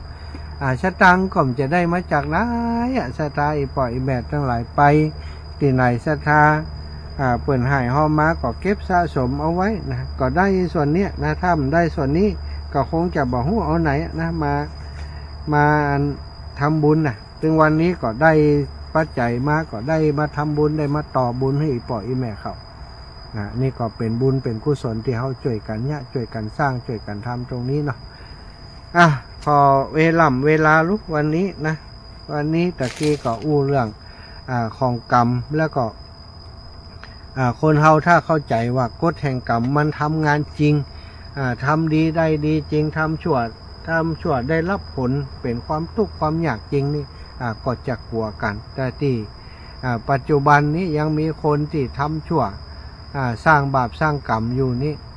เพราะเปิ่นบ่ได้ตระหนักรู้ว่าผลของกรรมมันมีนักเนาะเปิ่นบ่ได้ระมัดระวังประมาทในการที่ยังประกอบกรรมชั่วอยู่เนืองความจริงนี่หลักการในพุทธศาสนาของเฮานะถ้านับถือพระพุทธเจ้านับถือพุทธศาสนาจริงๆเนี่ยพระพุทธเจ้าได้ประกาศหลักการที่ชัดเจน3อย่างด้วยกันข้อที่1ก็บอกว่าฮือละกรรมชั่วทั้งปวงกรรมที่เป็นอกุศลทั้งหลายเรียกว่ากรรมดำทั้งปวงนี่ฮือละทิ้งฮือขาดเลยการฆ่าสัตว์การลักทรัพย์การประพฤติผิดในกามการพูดจาโกหกบดเท็จการดื่มสุราเมลัยนี้เหล่านี้เรียกว่ากรรมดำกรรมชั่วกรรมบดีพระองค์บอกว่าต้องละฮือขาดละฮือได้เพราะอะไรเพราะถ้าเฮาละบัดได้เนี่ยศรัทธามันจะมีผลเกี่ยวเนื่องทำให้เฮาทำความชั่วพอทำความชั่วมันก็จะตกในภพภูมิที่ชั่วพอทำความชั่วการที่เฮาจะยกระดับจิตของเฮาจะปฏิบัติธรรมกายอย่างการนี้มันเป็นการยากเพราะกรรมชั่วมันจะชุดดึงให้จิตใจของเฮามันตกต่ำไปธรรมะมันจะบังเกิดในจิตในใจของเฮาส่วนกรรมดีทั้งหลายนั้นก็คือสิ่งที่เฮาจะต้องทำให้เกิดขึ้นการสร้างบุญสร้างกุศลซึ่งถือว่าเป็นกรรมดีนั้นจะต้องเพิ่มจะต้องเติมให้กับตัวเก่าตลอดเฮามีตุ่มอยู่2แก่นซะท่าตุ่มที่มันใส่ของบดีนั้นปิดฝามันไว้เหียอย่าให้มันได้มีโอกาสปิดฝามันไว้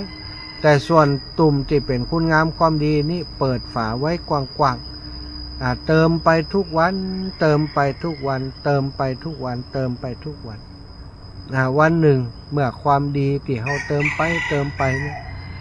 มันบริบูรณ์พูนผลมันเต็มหม้อเต็มองค์เต็มไหเราก็จะได้กินได้ใจนะ ความจริงการทำบุญเนี่ยมันมีความสุขตั้งแต่ที่เราทำแล้วสักเมื่อเรามีความสุขในการทำบุญมีความสุขในขณะที่เราทำจิตใจเราก็มีความสุขการจะยกจิตยกใจขึ้นสู่การปฏิบัติมันก็ง่ายขึ้นบุญเป็นของดีบุญชื่อว่าบุญแปลว่าความสุขใจคนตั้งหลายควรจะใส่ใจเรื่องบุญอย่าไปดูหมิ่นอย่าไปดูถูกว่าบุญมันน้อยของมันน้อยบุญจะน้อยจะนักก็ตามบาปจะน้อยจะนักก็ตามย่อมจะให้ผลเสมอกันเนาะฉะนั้นนี่ถ้าเฮาเลือกได้ศรัทธาญาติโยมเวลามีชีวิตอยู่นี่เฮาจะเลือกอะไรอย่างบุญกับบาปเฮาก็ควรจะเลือกบุญเลือกบุญเข้าไว้เลือกทำกรรมดีเข้าไว้ถ้าเฮาบ่ทำกรรมดีมันก็มีสิทธิ์ที่จะไปทำกรรมชั่วนะมันมีสองอย่างถ้าบ่ดีก็ชั่วนะถ้าได้ทำความดีโอกาสที่จะทำความชั่วมันก็มีนักขึ้นฉะนั้นเพื่อจะปิดทางแห่งอบายปิดทางแห่งความชั่วเราก็ต้องขยันหาโอกาสสร้างสมคุณงามความดีเปิ่นมีกินมีตานเปิ่นมีการมีงานที่เป็นประโยชน์หรือว่าแม้กระทั่งบ่มีงานพวกนั้นนะศรัทธาญาติโยมก็หาโอกาสได้ฟังน้ำฟังธรรมหาโอกาสในการปฏิบัติฝึกจิตของตัวเก่านี้นะจิตของตัวเก่านี้จำเป็นจะต้องดูแลจำเป็นจะต้องฝึกฝนเองเขาจะเรื่องของจิตใจเรื่องของการปฏิบัติธรรมนั้นจะไปใจไปวานคนอื่นคือทำแต่เฮานั้นเป็นไปบ่ได้สดาจะต้องทำเองซึ่งพระพุทธองค์ตรัสว่าอัตตาหิอัตโนนาโถโกหินาโถปโรสิยะ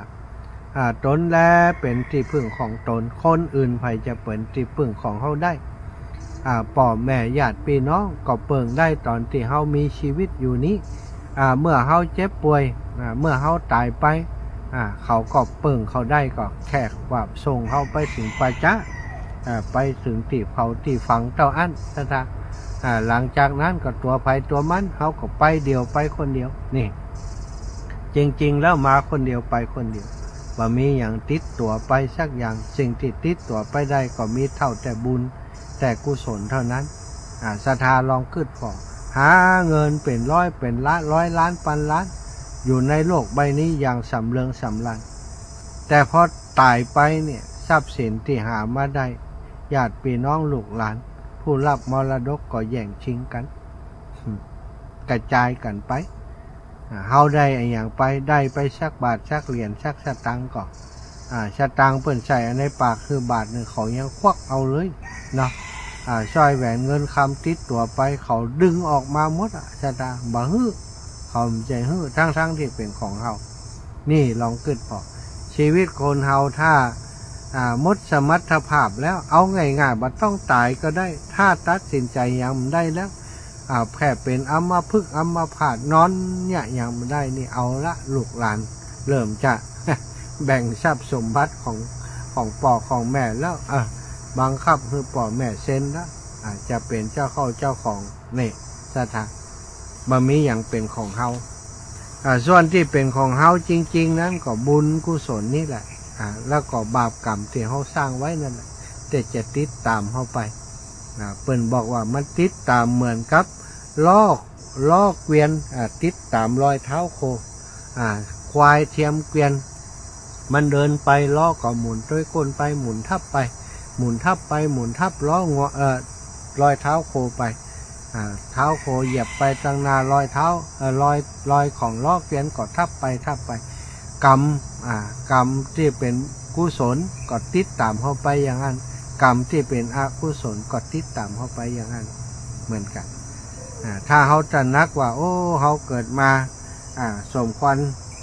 เขาต้องการความสุขเขาก็สร้างกรรมดีเพราะกรรมดีที่เป็นบุญเป็นกุศลทั้งหลายนี้มันจะออกดอกออกผลเป็นความสุขเสียทีส่วนกรรมชั่วกรรมดำนั้นมันก็ตรงข้ามมันก็จะออกดอกออกผลเป็นความชั่วความทุกข์ใจความบ่สบายใจทั้งหลายทั้งมวลเฮาเลือกเฮามีสิทธิ์เลือกก็เลือกปฏิบัติเลือกทำเอา เมื่อเฮามีสิทธิ์เลือกอยู่ถ้าเฮาบ่เลือกทำศรัทธาญาติโยมโอกาสที่จะจับถ้าปล่อยไปตามเปลวเนี่ยปล่อยไปตามกรรมเนี่ยจิตของมนุษย์มันมีมันมักจะถูกหล่อลวงไปในทางติดต่ำเหมือนกับป่านะศรัทธาป่าติดลอยตามน้ำนี่มันคือป่าติดตายแล้วนะถ้าเขาปล่อยชีวิตลอยไปตามเวรตามกรรมนั้นก็เหมือนกับชีวิตติดตายไปแล้วยังมีชีวิตอยู่ชีวิตที่มีชีวิตอยู่ถ้าสร้างแต่กรรมบดีข้าตัดชีวิตหลักจกของเปิ่นประพฤติผิดในกรรมเป็นคนที่ดูถูกเหยียดหยามคนอื่นเป็นคนที่มีความอิจฉาริษยารุนแรงเป็นคนติดยุกติดยาอย่างนี้เป็นต้นอันนี้ชีวิตเกิดมานี่เสียเลยเสียหายเพราะอย่างเพราะว่าไปทำกรรมบดีเมื่อมีชีวิตอยู่ทำกรรมบดีก็ทำให้ตัวเองเดือดร้อนบางคนไม่ใช่แค่ตัวเองเดือดร้อนครอบครัวก็เดือดร้อนไปด้วยอันนี้คือสิ่งที่สำคัญฉะนั้นถ้าเราไม่อยากให้ครอบครัวเดือดร้อนตัวเองเดือดร้อนก็ต้องเลือกทำแต่สิ่งที่มันเป็นคุณงามความดีสิ่งที่มันเป็นอกุศลกรรมทั้งหลายการทำบาปหยาบช้าทั้งหลายต้องหลีกต้องห่างต้องถอยมาให้ได้ห่างให้ไกลส่วนบุญส่วนกุศลเพื่อเป็นมิตรเข้าไว้อยู่ใกล้แหล่งของบุญทำแต่สิ่งที่เป็นบุญเป็นกุศลมีจิตเสียสละมีจิตอาสามีเมตตาต่อคนและสัตว์เปื่อนมนุษย์ทั้งหลายถ้าอย่างอีชีวิตของเราก็จะมีความสุขในแต่ละวันอยู่ก็มีความสุขเมื่อแต่ละวันมีความสุขศรัทธาญาติโยมอนาคตต่างหน้าถ้าตายไปก็แน่นอนมันก็มีความสุขในไปนาเหมือนกันแต่ถ้าเริ่มต้นทุกข์ตั้งแต่บัดเดียวนี้ไปตายไปแล้วมันก็ยังไปวนเวียนอยู่กับความทุกข์นั้นอยู่เหมือนเดิมเนาะวันนี้ก็ได้จาสนทนาเรื่องของธรรมะกับศรัทธาญาติโยมพอสังเขปเพียงเท่านี้เนาะก็ขอบคุณสำหรับการติดตามแล้วก็การดูแลตลอดเส้นทางที่อาตมาเดินธุดงค์ก็มีคนที่เปิ่นติดตามรับฟังรายการก็ดีโทรมาให้กำลังใจบางทีก็เดินอยู่ดีๆมีคนโทรมาอาจารย์อยู่ไหนแล้วเป็นยังไงแล้วอีแม่เป็นห่วงเน้ออีนะ ก็ต้องขอบคุณนะเปิ่นห่วงบอกว่าจะว่ายังไงห่วงก็โทรมาแต่ว่าบางครั้งบางทีก็โทรมาในช่วงเวลาที่บ่สามารถจะฮับได้ก็อาจจะบ่ฮับก็มีเนาะบางท่านบางคนเพราะว่าช่วงที่เดินอยู่กลางตลาดกาช่วงที่มันห้อนกาอีเนี่ยสตาอันตาพอตาใส่แว่นกันแดดพออันโทรศัพท์จื่อไผเป็นจื่อไผบ่ฮู้โทรศัพท์ฮับตัวใดคูดตัวใดก็บ่ฮู้ก็บางทีก็ปิดปิดโทรศัพท์ไปเหี่ยก็มีเนาะบ่ได้ฮับสายอันนี้ก็ขอสุมาอภัยสถาก็เข้าใจจิมแต่มันห้อนห้อนนี่มัน เปิดว่ามันมีอารมณ์ฮับอีกเนาะห้อนนะ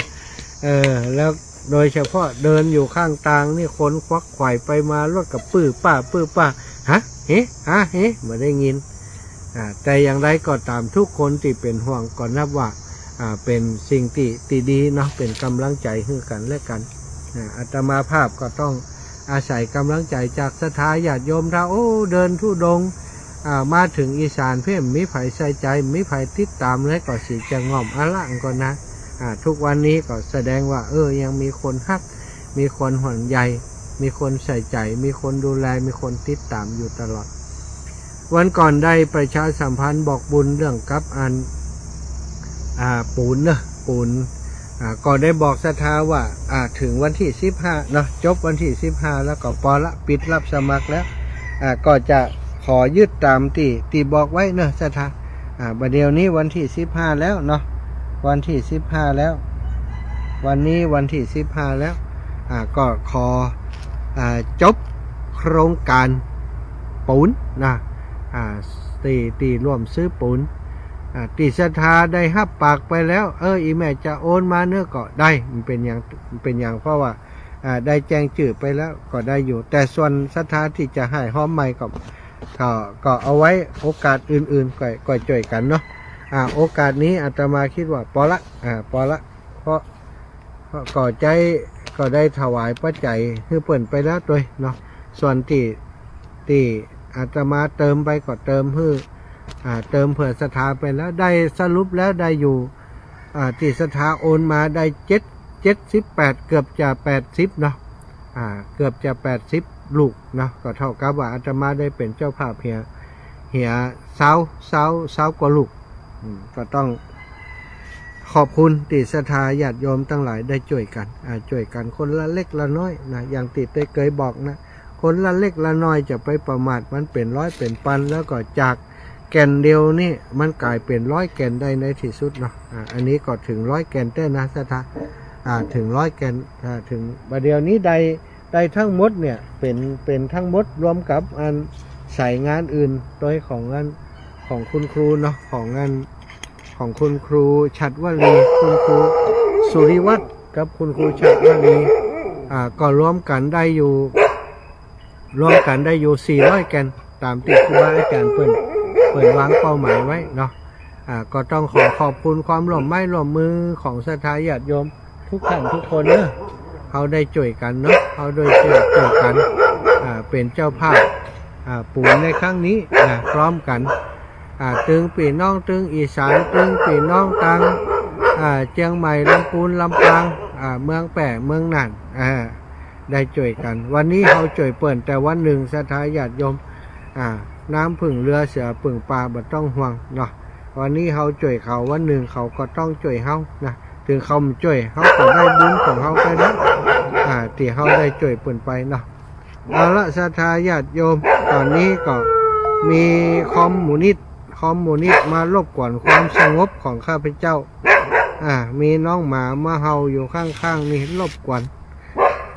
เปิดสายให้ศรัทธาญาติโยมโทรเข้ามากันแล้วกัน0808844173 0808844173 นะศรัทธาญาติโยมโทรเข้ามาได้เลยขอบคุณแม่สมคิดแม่นำเงินดาบอุรูดนำพาคุณโยมนำพาศรีวิจิตรอยู่ทุ่งหัวจ้างละปูนเพิ่นเนอะเพิ่นชอบติดตามมันทาง Facebook เนาะคุณจันทองเตรียมดีขอบคุณหลายๆโชติกานินคำรัศมีแขร่ำล่ำสูงคุณจักแม่บัวเย็นจันทบแม่พิษสมัยเขื่อนคำแสนแม่ปวลีอินสุวรรณเจริญปอนแม่อ้อยตามภาษาชาว เจ้าแม่คนทุกข์เจ้าสมบูรณ์ทำถ่ายจะตกแต่ยังมันตกแต่ไหมมันเฮาทุกข์ขนาดเดียวโอ้ดีสาธุตั้งงานวังเหนือสมัยแต่ว่ารู้ดีกันเนาะทกทอดถึงดีรู้นี่ถึงใครออกละดีละเจ้าจะได้ของเป็นจะได้ของการเดินสบายดีตามอัตภาพน่ยังจะเป็นห่วงอยู่เจ้าแม่ขอบคุณหลายๆเนอะเจ้าทำน้ำมันสกัดเนอะสาธุเจ้าเจริญปอนแม่สมบูรณ์เจ้าสาธุเบิดกองรายการทำนี่วันนี้ของอาจารย์นพดลก้าวันพุธวันหยังวันพุธของท่านอาจารย์ใหญ่ไหมดูว่าถ้าออกแคมป์กำได้พักผ่อนเนาะนะถ้าจำเป็นถ้าอาจารย์ใหญ่ถ้าจะจัดเดี๋ยวก็จะเช็คเป็นยุงก็ว่าวันนี้จะได้ของอาจารย์ถึงวันมาคืนนั่งไว้แถวแคมป์มันมาได้พักข้างนอกหายเป็นยังพักได้บุญได้บุญอย่างแม่งแค้นตัวลุ่มเจ้าสาธุนะได้บุญเจริญปอนแม่ศรีสุรินทวงศ์อาจารย์เจ้า แม่โอนไปกับเจ้าแล้วนะเจ้า เจ้าเรียบร้อยแล้วเนาะอันอีแม่โอนเรื่องปูนก็ว่าเรื่องหยัง ก็ปูนนั้นไปโอนไปก่อนแล้วรู้ อ๋ออันนี้กะไฟสถานีเนาะ เจ้า อืม 200เจ้าตอน8 โมงกับ19 นาทีอย่างมู้เนี้ยเจ้า อ๋อเจ้า200 บาทแม่ศรีสุรินทร์วงศ์เจ้าแม่ เพื่อนร่วมชาตินักเนาะ ฮะเจ้า งงนะแล้วนั้นใครเล่นตัวแล้วเขามีเวลาเล่นกับมันเถอะจัดรายการอยู่ทำงานก่อนวันนี้ ตอนตะกี้นะไปมาตะกี้แล้ว ใจมาตะกี้ละล่ะขยันทำงานสุขภาพแข็งแรงฮะ จะนอกวันไหนจะ เอาไปนอกเอียงหนุ่มน้อยอยู่ น้อยหาย สาธุนะแม่นะ บุญหักษาขอบคุณศรัทธาญาติโยมนะอู้กันไป แต่ผ่องเล่นผ่องว่ากันไปยายพร อยู่ในวัดกันอยู่ปะเหว ในวัดย่ำได้ไปเอาปลาเหี่ยวตะกี้ถามอาจารย์ว่าปลาเหี่ยวเนี่ยมันใกล้หนตางอีนะมันเสียงมันหนตางตั้งใดมันเสียงจะดังก็เห็นไหมแต่ว่าในวัดนี้จะสงบหน่อย สบายฝนตกผมไม่ได้เดินแล้ว ใช่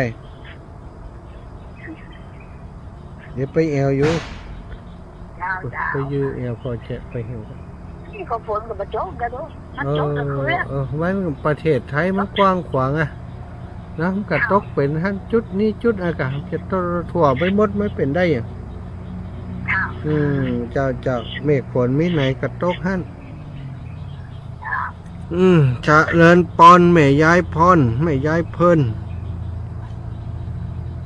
อันนี้ก็โอ้สตังค์ถ้าจะกุมกับอัน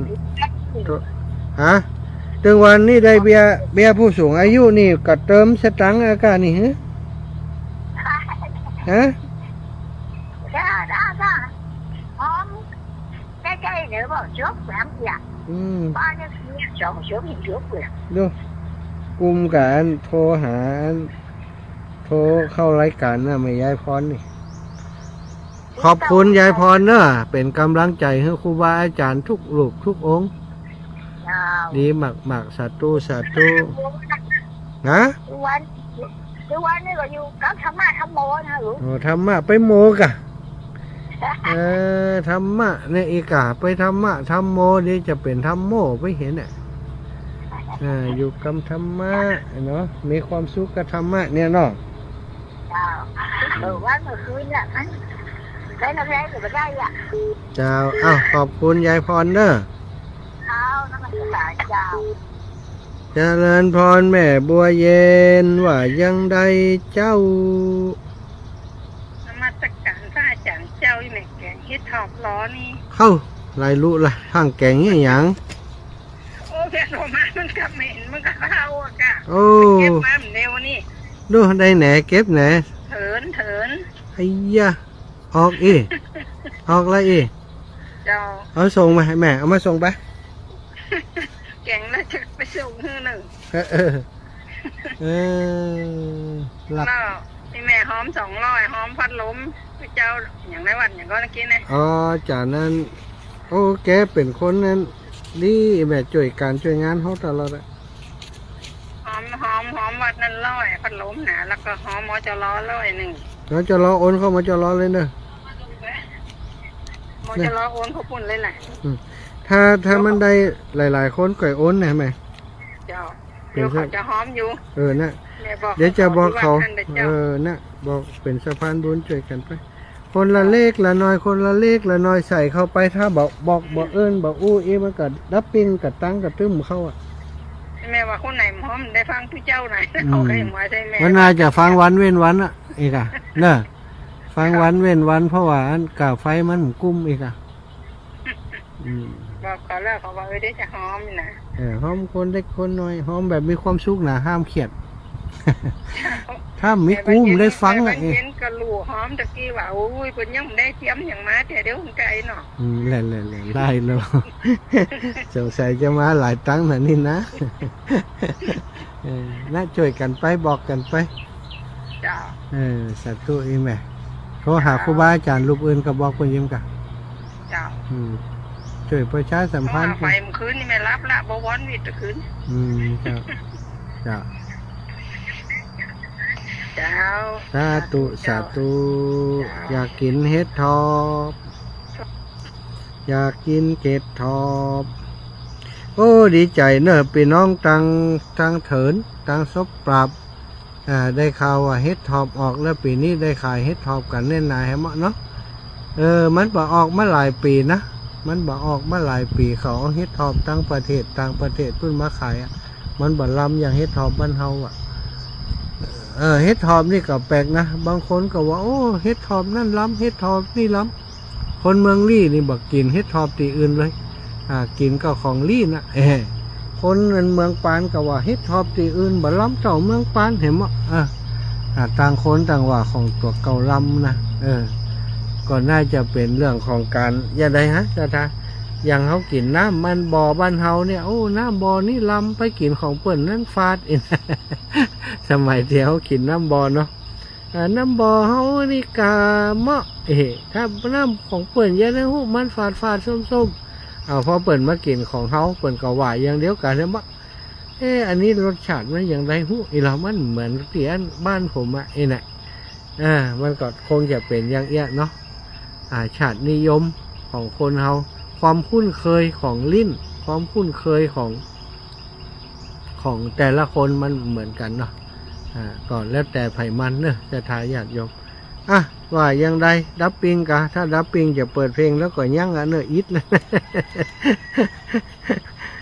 ไผ่มีข้างแล้วก็เนาะก็ฝากงานของหลวงปู่เนอะหลวงปู่พระครูปฏิพันธ์ธรรมทินวันที่19แล้วก็ของหลวงปู่พระราชจินดานายกครบรอบ100 วันหลวงปู่ที่วัดพระเจดีย์เสาหลังวันที่19พิธีตอนเจ้าเปิ่นจะทำบุญทักษิณานุปทานนกิจเปิ่นเรียกว่าสัตตมวานนี่นะจะทไปหล่มให้หล่มหอมกันที่วัดเจดีย์เสาได้เลยเนอะอาตมาบ่ได้เอาเลขที่บัญชีมาแจ้งก็มันมีหลายรายการล้ำไปเนาะถ้าแจ้งอันนี้ไปแหมเดี๋ยวก็จะดูว่ามันนักเกินไปก็เอาเป็นว่าถ้าหลวงปู่พระราชจินดานายกศรัทธาก็ไปให้หอมที่วัดพระเจดีย์เสาหลังก็แล้วกันเนอะส่วนของหลวงปู่พระครูปฏิพันธ์ธรรมทินก็เช่นเดียวกันหลวงปู่เปิ่นจัดรายการวันจันทร์วันอย่างต่างๆเปิ่นก็แจ้งเลขที่บัญชีของเปิ่นอยู่หรือว่าศรัทธาจะฝากไปหายไปหอมอีแม่ถึงจะฝากที่ท่านเนี่ยก็เป็นยังได้ถ้าถึงลึกอีนะถึงจะฝากเนี่ยก็ได้อยู่จะเลินปอนคนงามบ้านกล้วยฝายอายุแม่หอม200พัดลมได้พัดลมแหม200เข้าถ่านี่พัดลม200เดี๋ยวก็โอนไปใจจุ่มมาที่ไหนมันยังเห่าร้ายยโนท่านอาจารย์นักมันอยู่กันเป็น10ปุ่นโอ้ยมันไปหลินกับพระอาจารย์เนาะเจ้าใช่สาธุเนอะเจ้าบุญมาฝากหลายเจ้าแม่บุญนักแก่ลำไปขอจะก่ายบุญเห็นละอาจารย์สมชาติเด็กก็ช่วยหั่นเด็กก็ช่วยนี่ติ๊กอย่างล่ำเหลียถ้าตัวเก่ามาช่วยอาจารย์ผมได้สั่งบุญนี่ได้ไปเทปูนแถวสกลนครบุญดูบุญไล่ให้หลายฐานมาจากแม่อันสลาแดงนี่อย่างมาใจบุญแต่หวังสลาแดงไหนสลาแดงที่เนี่ยการวัดบรรพตนะคนบ้านอีแม่เจ๊กะอยู่บ้านกล้วยหลวงน่ะเป็นคนใจบุญใจกุศลหอมมันปูนเตียนเฮาเนี่ยการท่านเนี่ยเฮายังไม่ได้ประกาศไฟสักคนนึงแต่เปิ่นหอมคนเดียวเปิ่นนะ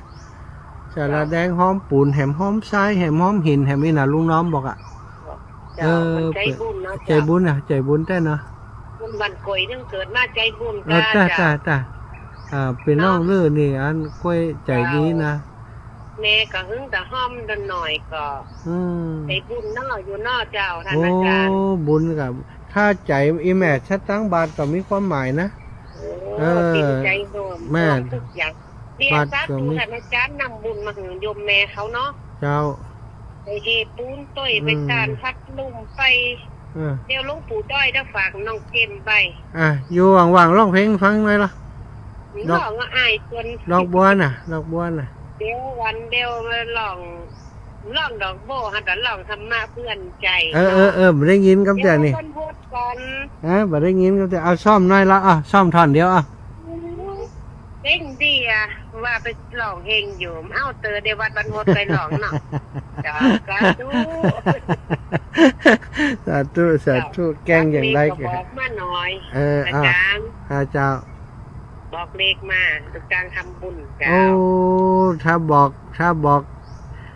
อกเลขถูกสักงวดสองงวดมันก็จะยุ่งยุ่มหม่นนะ เป็นบอกไรบุญบอก มาได้เฮานี่ต้องถ้าบอกหมดเลยอ่ะ บอกหมดให้หมด บอกทั่วประเทศเลย มึงก็ไหวทำบุญเนี่ยเดี๋ยวไปการหับปลา ไป เนาะ เ เจ้ารอฮับกันบัดบรรพตนะเจ้า จ้าโยมแม่ สาธุแกงเห็ดหอบ ดูไข่ก็ได้แกงเฮ็ดทอบวัดกันในใจมันดีละ เดี๋ยวถ้าท่านอาจารย์มาก็ชวนแม่สมใจแกงเห็ดหอบก็ฮับขวัญเห็ดหอบ เจ้า เจ้า สาธุ เจ้า แม่กาบแก้วสีอินแก้ว16:54 นาที17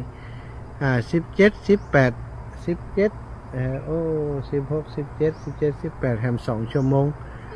ถ้าเดินได้แฮม2 ชั่วโมงเจริญปอนแม่ย่า อย่าว่าแกงเห็ดหอบใส่ยอดมะขามอ่อนเนี่ยเหมาะนะ มันต้องอ้วล้ ใส่ข่า ำมันล้ำ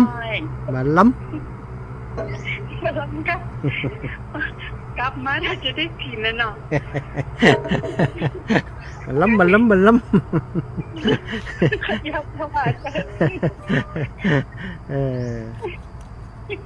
สบายดีเลยเจ้า เจ้าอย่าสบายดีตามอัตภาพนะสบายดีแบบทุดงนั่นน่ะ แบบทุดงอ่ะเนาะ ฮ้อน ไม่เจอกันตอนไหนตอนที่กลับมาแล้วเนาะเขาไปทำผ้าป่าเนาะ เจ้าอย่า เจ้า ทำผ้าป่าไปช่วยกันเอาเนาะอย่าเนาะ แล้วแม่จะบะโอนเพื่อนะ เจ้าแม่บาโอนขี้ขันเก็บ ขี้ขันเก็บเขาเอามารวมกันท่านได้ต่อได้ก็หมอบเพื่อเป็นวันนั้นเลย เจ้า เจ้า เอี้ยนะเจ้าเจ้า สาธุโยมแม่คุณรักษาแม่เด้อ เจ้า ถวายความเคารพท่านอาจารย์กิตพุทธอุทยานเชียงใหม่ มันมืดเกินไปเลยครับเรือมันจะลงหรือเปล่าไม่รู้เนี่ยเราจะฟังเท่าไหร่เมื่อฝนนะ โอ้เหรอ คึ้มเนี่ยอาจารย์ ทางนี้ก็เหมือนกันเนี่ยอาจารย์ วันนี้น่าจะมีฝนเหมือนกัน ไม่โทษเพิ่งไม่โทษฟ้าอาจารย์ ไม่ทั่วเนาะไม่ทั่ว ไม่น่าทั่วมันไม่ใช่มืดเกินสิตะลัวเนี่ย บางทีมันก็มืดมาแล้วก็หายไปเนาะ ครับไม่แน่นอนอาจารย์ใช่ของเราแน่นอนกว่า สาธุ อาจารย์ครับ สาธุครับขอบคุณครับ มันรอบเดียวได้รอบเนี่ย จ้าร อบเดียวอ่ะ รอบเดียวครับ ใกล้จะหมดเวลาแล้วอีก2 นาทีมั้ง จ้าสาธุครับเช็คเวลาแม่นด้วยเนาะ16:56 นาทีก็ขอบคุณทุกสายที่โทรมาเนอะโทรมามาจากก็ถือว่าได้มาให้กำลังใจคนจัดรายการเนาะสถาถ้ามีไผโทรมาก็มันเหมือนว่าเปิดฟังก็จ้าเปิดได้ยินก็ใจงานของท่านอาจารย์จำเริญเนอะจำเริญ10,000เมืองฝางเป็นช่างเทคนิคของสถานีวิทยุฝางนะสถาญาติโยมวันที่22 เดือนพฤษภานี้นะเจริญปอนไปสาเจ้าอาจารย์ แม่สมคิดปัญญาคามเจ้าประเดี๋ยวนี้อยู่ตั้งไหนล่ะเจ้า อยู่ตั้งอุดรธานีอำเภอหนองหานอุดรธานี เจ้า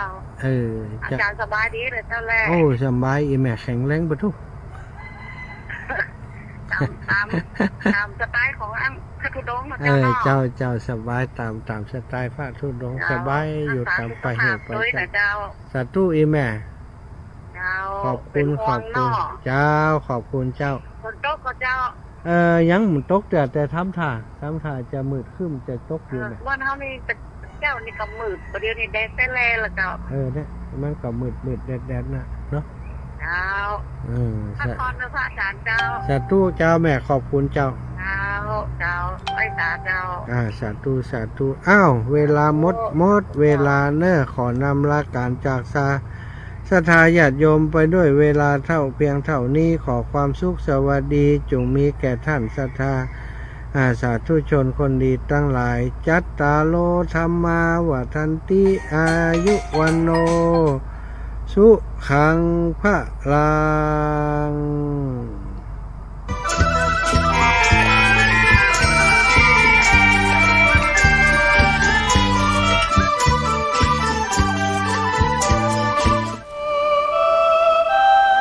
ชีวิตมนุษย์มีสุข มีทุกข์ ดีใจ เสียใจ ผ่านอุปสรรคและปัญหามากมายในแต่ละวัน สงบนิ่งแล้วย้อนมองตัวเอง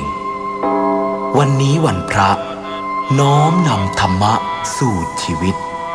เตือนสติคนไทยทั้งชาติ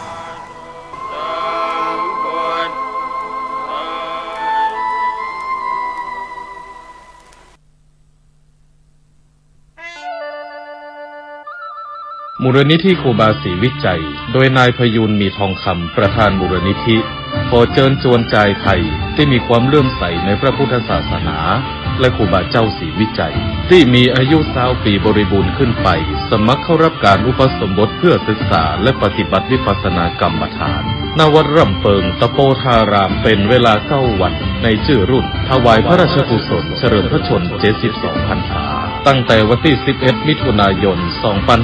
2567 ณ วัดพระศรีวรมหาวิหารโดยบ่มีค่าใช้จ่ายใดๆทั้งสิ้นผู้สนใจสมัครเข้าร่วมโครงการหรือร่วมสนับสนุนตามกำลังศรัทธา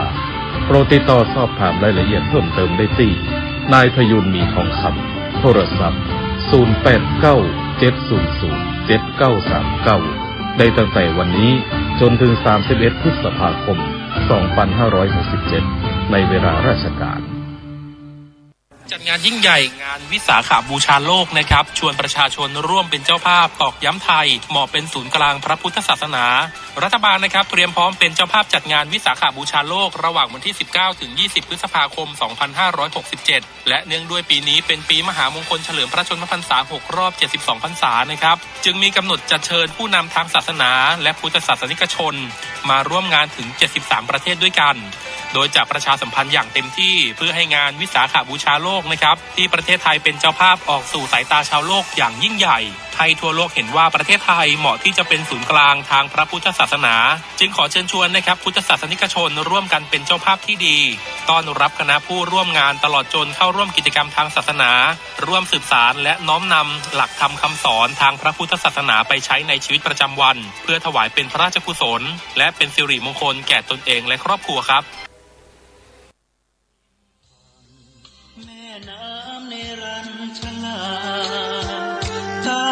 เงามาหาพฤกษ์โพต้นใหญ่พระโพ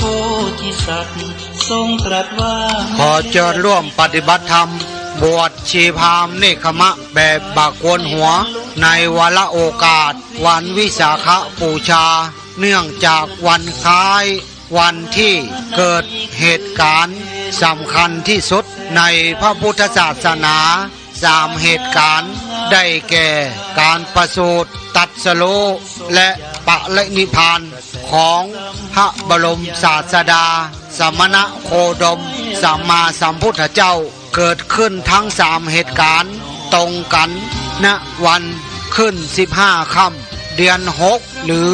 วันเพ็ญแห่งเดือนวิสาขะแต่ต่างปีกันดังนั้นจึงขอเรียนเชิญเจริญพรร่วมปฏิบัติธรรมบวชชีพราหมณ์เนคขมะ แบบปะโกนหัวณสำนักปฏิบัติธรรมแห่งที่21ของจังหวัดเชียงใหม่วัดพระพุทธบาทอุดมตำบลเวียงอำเภอฝางจังหวัดเชียงใหม่ระหว่างวันที่20ถึง23พฤษภาคม2567หรือบวชชีพราหมณ์เนกขมะบ่ได้ก็สามารถไปร่วมทำวัดเย็นได้ หรือจะร่วมเป็นเจ้าภาพน้ำปานะข้าวต้มตอนเช้าถวายอาหารเพลติดต่อโดยตรงหลวงพ่อพระครูสุติตานุรักษ์ด็อกเตอร์ครูบายี่แก้วหลวงพ่อเจ้าคณะอำเภอฝางเจ้าสำนักปฏิบัติธรรมเจ้าอาวาสวัดพระพุทธบาทอุดม081 951 5864 081 951 5864ท่านกำลังติดตามรับฟังสถานีวิทยุกระจายเสียงพระพุทธศาสนาแห่งชาติและสังคมคลื่นเพื่อการศึกษาพระพุทธศาสนาและวัฒนธรรมระบบ FM 104.5 เมกะเฮิรตซ์ รายการต่อไปเป็นรายการคดีโลกคดีธรรม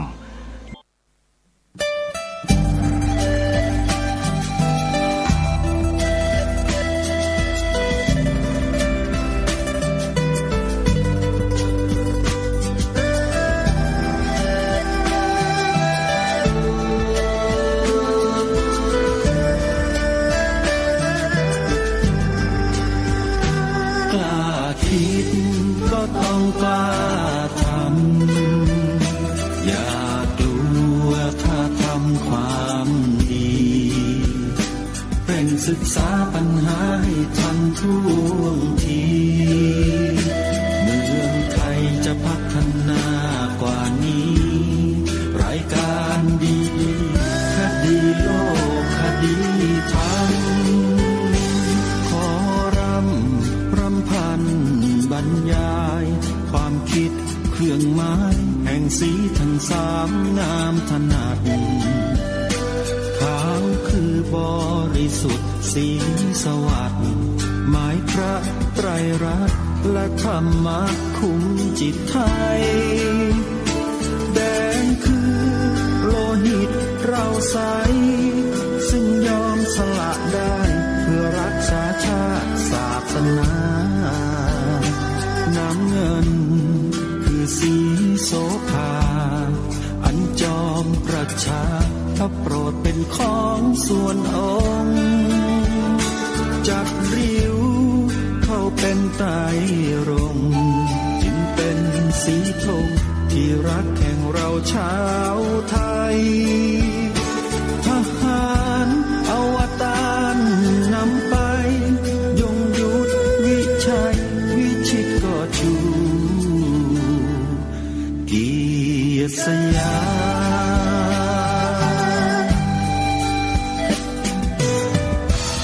ประเทศไทยที่เจริญมั่นคงมาได้จนถึงทุกวันนี้มิได้เกิดขึ้นจากความหวาดกลัวอย่างคลาดเขลาแต่บรรพบุรุษไทยของเราทุกยุคทุกสมัยล้วนแต่มีความกล้าหาญและชาญฉลาดปกป้องเอกราชสร้างชาติให้เกิดความมั่นคงโดยมีธงแห่งพระไตรรัตน์เป็นเครื่องนำชัยจึงเป็นที่มาที่ไปของรายการคดีโลกคดีธรรมกล้าคิด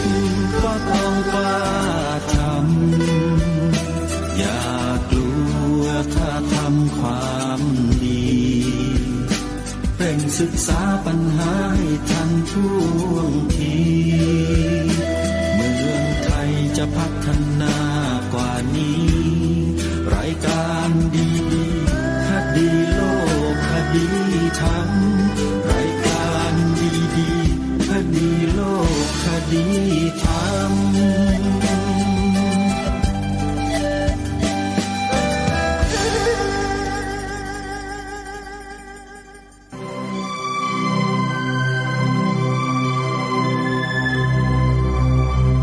พระบรมราโชวาทพระบาทสมเด็จพระเจ้าอยู่หัวประเพณีนั้นหมายถึงแบบแผนหรือขนบธรรมเนียม ที่ปฏิบัติสืบต่อกันมา การสิ่งใดที่ริเริ่มขึ้นแล้วได้รับความนิยมถือปฏิบัติตามกันต่อไปจัดว่าเป็นศาสนาสำหรับชาติเรา ศาสนาในสมัยนี้เป็นของที่แยกจากชาติไม่ได้เป็นความจำเป็นที่เราทั้งหลายผู้เป็นไทยจะต้องมั่นคงอยู่ในศาสนาพระพุทธซึ่งเป็นศาสนาสำหรับชาติเราพระพุทธศาสนาก็ดีหรือศาสนาใดก็ดีที่ตั้งมั่นอยู่ได้ก็ด้วยความมั่นคงของผู้เลื่อมใสตั้งใจที่จะรักษาและข้าพเจ้าพูดทั้งนี้ก็เพื่อชักชวนท่านทั้งหลายอย่างเป็นเพื่อนไทยและเพื่อนพุทธศาสนิกชนด้วยกันทั้งนั้นเพื่อความมั่นคงแห่งพระพุทธศาสนาข้าพเจ้ารู้สึกว่าได้ทำหน้าที่สมควรแก่อุปถัมภ์พระพุทธศาสนาเราจะตั้งใจรักษาศาสนาของเราด้วยชีวิตและถ้าท่านตั้งใจจะช่วยข้าพเจ้าในกิจอันใหญ่นี้แล้วก็จะเป็นที่พอใจข้าพเจ้าเป็นอันมากเพราะฉะนั้นเป็นหน้าที่ของเราทั้งหลายที่จะช่วยกันบำรุงรักษาพระพุทธศาสนาอย่าให้เสื่อมสูญไปการที่จะบำรุงพระพุทธศาสนาเราต้องรู้สึกก่อนว่าหลักของพระพุทธศาสนาคืออะไรเราจะถือว่าเราเป็นไทยด้วยกันหมดเราจะต้องรักษาความเป็นไทยของเราให้ยั่งยืนเราจะต้องรักษาพระพุทธศาสนาให้ถาวรวัฒนาการอย่างที่เป็นมาแล้วหลายชั่วโคตรของเราทั้งหลายพระบรมราโชวาทของพระบาทสมเด็จพระมงกุฎเกล้าเจ้าอยู่หัวรัชกาลที่ 6พระบรมราโชวาทก็ดีพระราชนิพนธ์ก็ดีนอกศาสนากระทำการใดๆได้ด้วยอุบายต่างๆนานาการบัญญัติให้พระพุทธศาสนาเป็นศาสนาประจำชาติไทยไว้ในรัฐธรรมนูญจะทำให้สังคมไทยมีแต่ความสุขร่มเย็นเป็นธรรมทั้งต่อคนศาสนาอื่นและคนสัญชาติอื่นได้อย่างแท้จริงแต่ถ้าไม่บัญญัติให้พระพุทธศาสนาเป็นศาสนาประจำชาติไทยไว้ในรัฐธรรมนูญในอนาคตประเทศไทยจะต้องตกอยู่ในสถานะเดียวกันกับพื้นที่3 จังหวัดชายแดนภาคใต้อย่างแน่นอนดีโลกคดีธรรมมาพบกับท่านผู้ฟังเป็นปกติทุกวันจันทร์ถึงวันศุกร์และวันเสาร์อาทิตย์วันเสาร์วันอาทิตย์รายการคดีโลกคดีธรรมก็ยังออกอากาศตามปกติทางสถานีวิทยุพระพุทธศาสนาแห่งชาติ 4-5 คลื่นที่ได้แจ้งในการรับสัญญาณถ่ายทอดคือสถานีวิทยุวัดป่าจริยธรรม 96.50 เมกะเฮิรตซ์ สถานีวิทยุสวนป่าดอนยานางตำบลดอนสมบูรณ์อำเภอยางตลาดจังหวัดกาฬสินธุ์ 94.25 เมกะเฮิรตซ์ สถานีวิทยุพระพุทธศาสนาแห่งชาติวัดศรีอุดมวงศ์อำเภอวังสะพุงจังหวัดเลย 101.75 เมกะเฮิรตซ์ และสถานีวิทยุพระพุทธศาสนาแห่งชาติวัดฝายหิน 104.50 เมกะเฮิรตซ์ ร่วมกันออกอากาศในวันเสาร์และวันอาทิตย์ขออนุโมทนาสาธุกับทุกๆสถานีอีกสถานีหนึ่งที่ออกอากาศทุกวันสถานีวิทยุพระพุทธศาสนาแห่งชาติวัดบ้านปลาคูนวัดบ้านปลาคูนนี้คลื่น 104.50 เมกะเฮิรตซ์ โดยท่านอาจารย์พระครูเจ้าวาดดำเนินการด้วยตนเองมีอุดมการณ์มีความมุ่งมั่นในงานด้านการเผยแผ่พระพุทธศาสนาเป็นผู้อบรมพร่ำสอนพุทธศาสนิกชนให้อยู่ในหลักธรรมคำสอนที่เป็นเหตุเป็นผลทางพระพุทธศาสนาได้เป็นอย่างดีรูปหนึ่ง และยังมีอีกวัดหนึ่งที่สุพรรณบุรีวัดสามชุกตำบลสามชุกอำเภอสามชุกจังหวัดสุพรรณบุรีพระครูสุวรรณวิจิตรถ่ายทอดรายการคดีโลกคดีธรรมไม่เคยขาดตามปกติ9 โมงเช้าแล้วยังไปรันออกอากาศบางเวลาในช่วงค่ำคืนอีกจริงๆแล้วรายการคดีโลกคดีธรรมเนี่ยถ้าเป็นไปได้ก็อยากให้ครูบาอาจารย์ของเราเนี่ยจัดผังรายการเอาไว้สัก3 ช่วงเพื่อให้ญาติโยมเลือกฟังกันช่วงปกติคือช่วงเช้าช่วงเย็นและช่วงกลางคืนถ้าเป็นไปได้จะได้ประโยชน์มากและผู้คนจะได้ฟังกันอย่างกว้างขวางและทั่วถึงมากยิ่งขึ้นเพราะสิ่งที่ทางรายการคดีโลกคดีธรรมมุ่งนำเสนอนี้เป็นอุดมการณ์ของชาติโดยแท้เป็นการปลุกจิตสำนึกของคนในชาติให้รู้จักหน้าที่ของความเป็นคนไทยของเราให้ชัดเจนและมั่นคงมากยิ่งขึ้นโดยอาศัยแนวพระราชดำริขององค์บูรพมหากษัตริย์ของพวกเรานั่นแหละมาถ่ายทอดให้ช่วงนี้ได้อัญเชิญบทพระราชนิพนธ์เทศนาเสือป่าของล้นเกล้ารัชกาลที่6พระบาทสมเด็จพระมงกุฎเกล้าเจ้าอยู่หัวหรือที่ไพร่ฟ้าประชาชนได้ถวายพระสมัญญาภิไธยให้กับพระองค์ว่าสมเด็จพระมหาธีรราชเจ้าที่พระองค์ได้ทรงได้พระราชสมัญญาตรงนี้ก็เนื่องจากว่าความสามารถของพระองค์ท่านในเรื่องของวรรณศิลป์วรรณกรรมพระองค์ทรงเป็นปราชญ์ทางด้านภาษาทรงปราดเปรื่องทั้งทางด้านภาษาไทยและภาษาอังกฤษพระองค์ทรงเป็นนักเรียนนอกที่องค์พระบาทสมเด็จพระจุลจอมเกล้าเจ้าอยู่หัว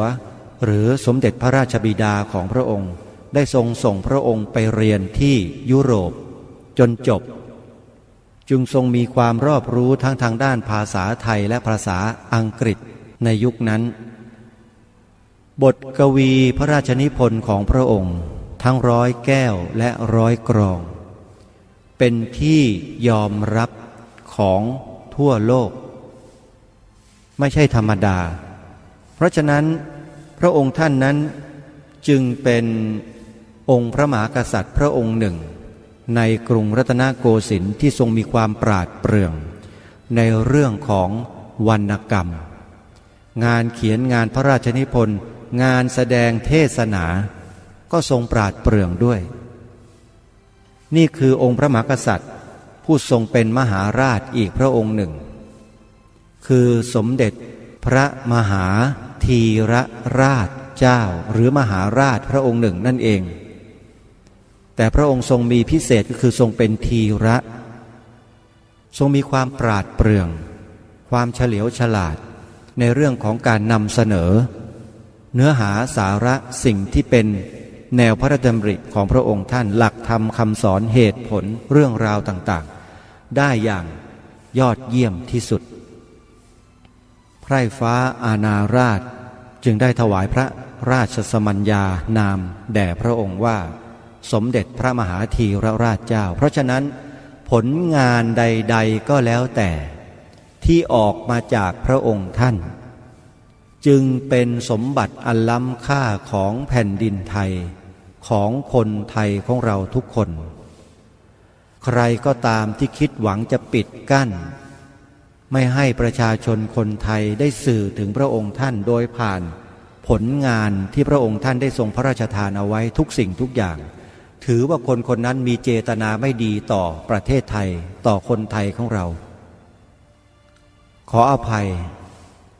ทราบข่าวมาเมื่อเร็วๆนี้เองว่ามีความพยายาม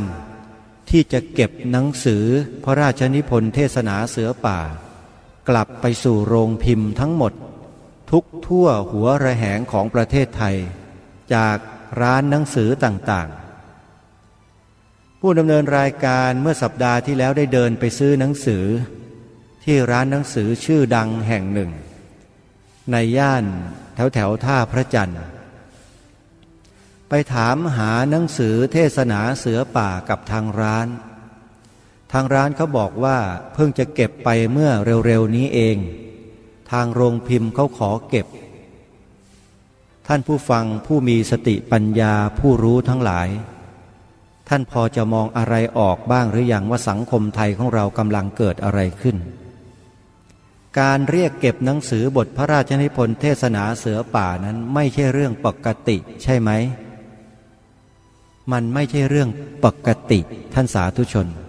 จำได้ไหมว่าหลังจากที่ทางรายการคดีโลกคดีธรรมได้นำเสนอบทพระราชนิพนธ์เทศนาเสือป่าออกไปตลอดทั้งเดือนเนี่ยเหตุการณ์นี้ก็เกิดตามมาสดๆร้อนๆเมื่อไม่กี่วันมานี้เองคือมีการไล่เก็บหนังสือบทพระราชนิพนธ์เทศนาเสือป่าออกจากร้านค้าขายหนังสือทุกร้านทั่วประเทศตอนนี้ไปถามหาหนังสือเล่มนี้ไม่มีแล้วถามว่ามันเกิดอะไรขึ้นนี่แหละคือรายการคดีโลกคดีธรรมได้อัญเชิญมาอ่านออกอากาศเคยบอกกับท่านผู้ฟังไปครั้งหนึ่งว่าการที่ทางรายการได้อัญเชิญบทพระราชนิพนธ์เทศนาเสือป่ามาอ่านออกอากาศบ่อยๆเนี่ยจะทำให้คนบางกลุ่มบางพวกเนี่ยดิ้นชักดิ้นงอทนอยู่ไม่ได้จะเป็นจะตายทำไมจึงเป็นเช่นนั้นท่านทราบไหมฮะเพราะคนพวกนี้กลัวบทพระราชนิพนธ์เทศนาเสือป่าที่องค์พระบาทสมเด็จพระเจ้าอยู่หัวรัชกาลที่ 6ได้พระราชทานไว้ให้แก่พวกเราคนไทยเขากลัวว่าคนไทยเราจะอ่านหนังสือเล่มนี้แล้วมีความรักมีความสามัคคีตามแนวพระราชดำริของในหลวงเขาจึงไม่ต้องการให้คนไทยรู้รักสามัคคีจึงพยายามที่จะกวาดเก็บหนังสือเหล่านี้ออกไปตามร้านหนังสือให้หมดเพื่อไม่ให้คนไทยซื้อไปอ่านทีนี้ก็เสร็จเรารู้แล้วว่าคนที่ต้องการทำลายประเทศชาติบ้านเมืองของเรานี้คือพวกไหนแล้วคนพวกนี้เขามีเจตนาอะไรการเรียกเก็บหนังสือบทพระราชนิพนธ์เทศนาเสือป่ากลับนี้มันบ่งบอกให้เราเห็นพฤติกรรมอะไรของคนที่สั่งการตรงนี้เห็นชัดนะบอกแล้วว่ารายการคดีโลกคดีธรรมไม่ได้คิดอะไรตื้นๆไม่ได้มองอะไรเผินๆมองละเอียดมองลึกมองยาวในจิตใจของคุณน่ะที่คุณกระทำเช่นนี้ที่คุณสั่งมาเนี่ยนะเรามองคุณออกหมดนั่นแหละเพราะเราได้ทำการศึกษาจิตใจของคุณมาหมดแล้วผ่านกระบวนการศึกษาเรียนรู้ทางด้านพระปริยัติธรรมโดยเฉพาะในแผนกปรมัตถธรรมจิตเจตสิกรูปนิพพานหรือที่เรารู้จักในนามว่าพระอภิธรรมท่านสาธุชนไม่ต้องห่วงไม่ต้องกังวลว่ารายการนี้จะพูดอะไรผิดก่อนจะพูด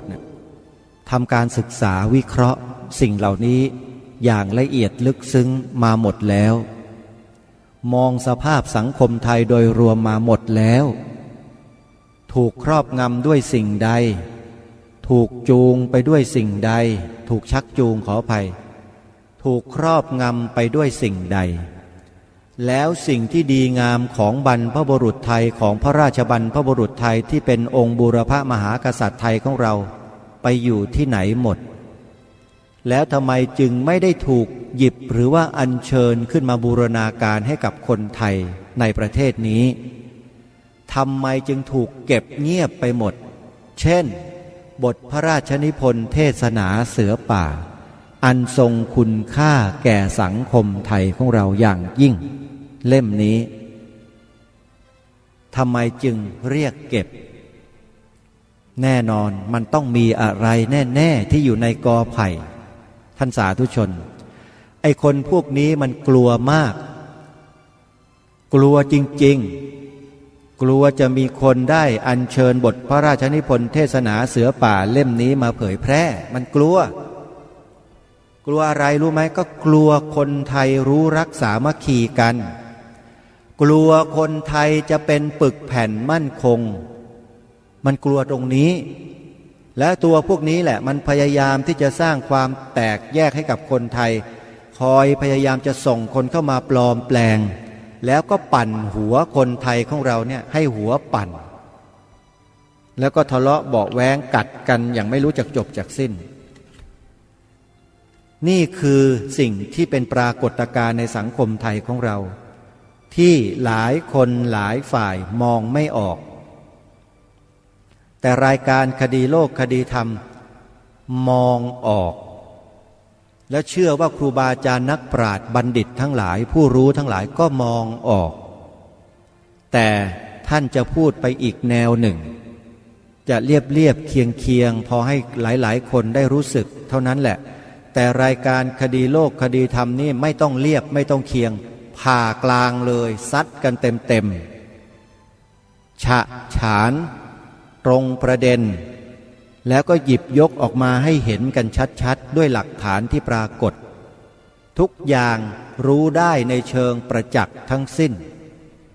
แล้วถ้าไม่เชื่อในเชิงประจักษ์แล้วท่านจะไปเชื่อในเชิงของสมมุติฐานอยู่นั่นหรือแล้วมันจะเมื่อไหร่จะไปเจอความจริงได้มันต้องเชิงประจักษ์เท่านั้น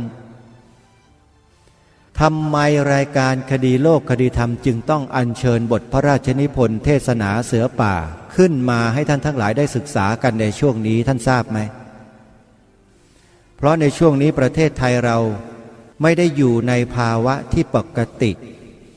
อยู่ในภาวะที่วิกฤตโดยเฉพาะวิกฤตในเรื่องของความคิดความอ่านของคนวิกฤตมากถ้าเป็นภาษาทางธรรมเขาเรียกว่าทิฏฐิวิบัติ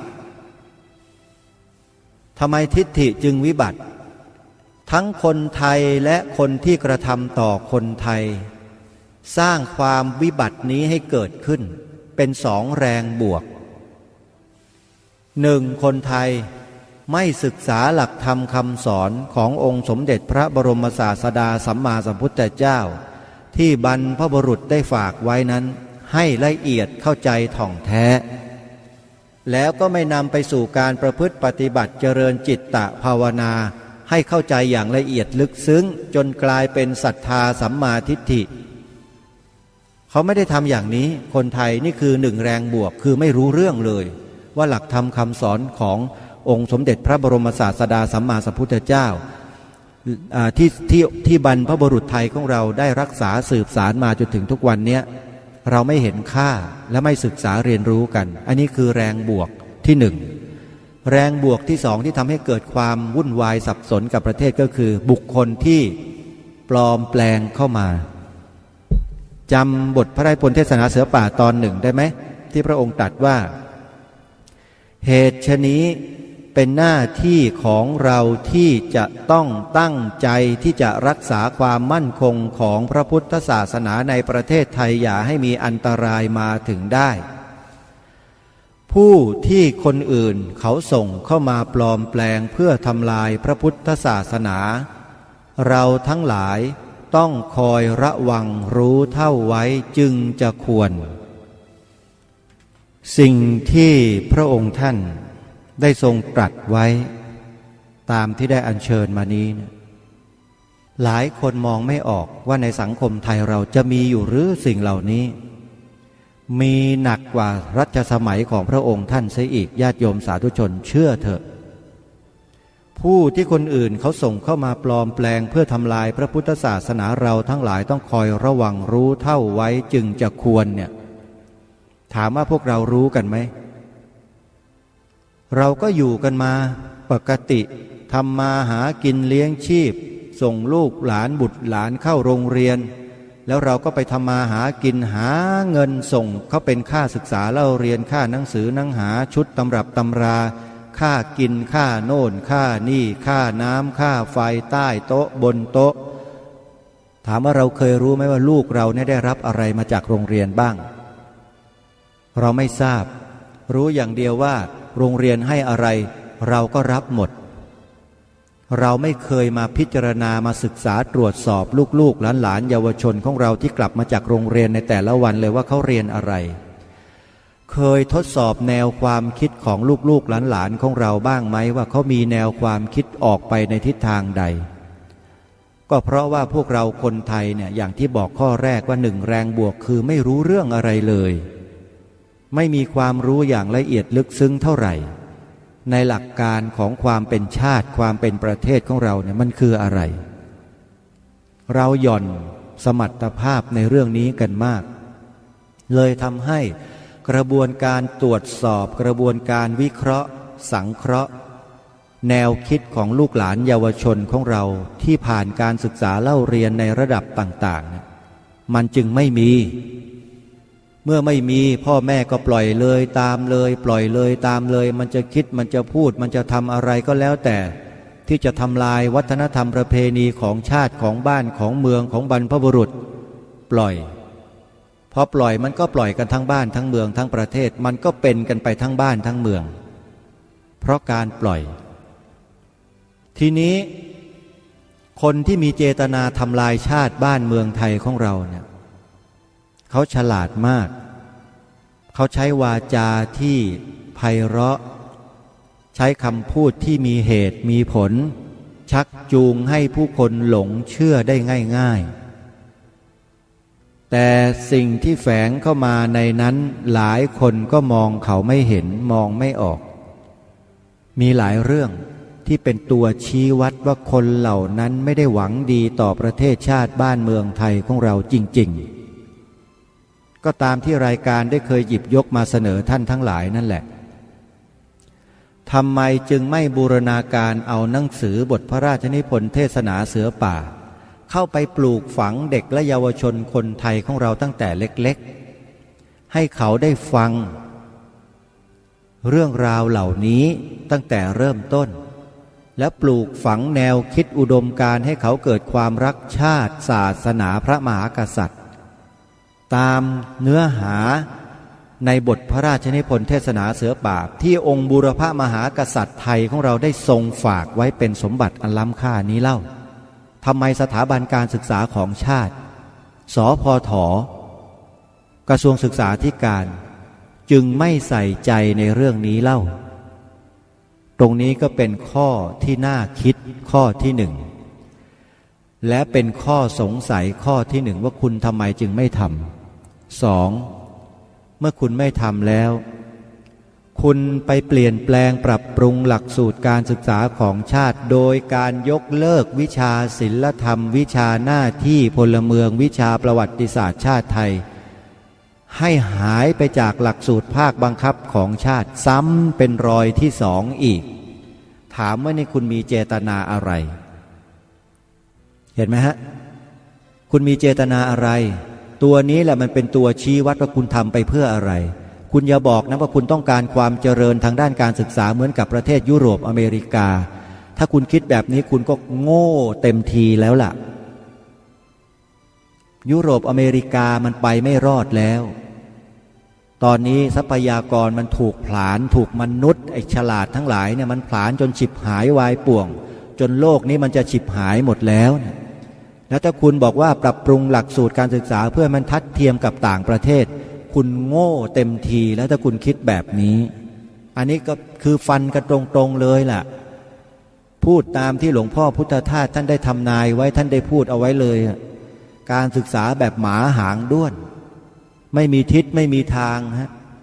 คือพัฒนาแต่รูปวัตถุอย่างเดียวเจริญแต่วัตถุอย่างเดียวไม่สนใจที่จะพัฒนาจิตใจของมนุษย์ของลูกของหลานเยาวชนให้มันเกิดมามีจิตสำนึกต่อธรรมชาติเลยคือแข่งกันอย่างเดียวแข่งกันรวยแข่งกันมีแข่งกันเป็นสุดท้ายเดี๋ยวก็ฉิบหายหมดธรรมชาตินั่นแหละฉิบหายก่อนท่านสาธุชนตอนนี้ได้ข่าวว่าดูดน้ำมันในใต้ดินของประเทศไทยขึ้นมากันใหญ่โตโมโหฬารส่งขายกันเต็มไปหมดตามที่ปรากฏในสื่อบางอย่าง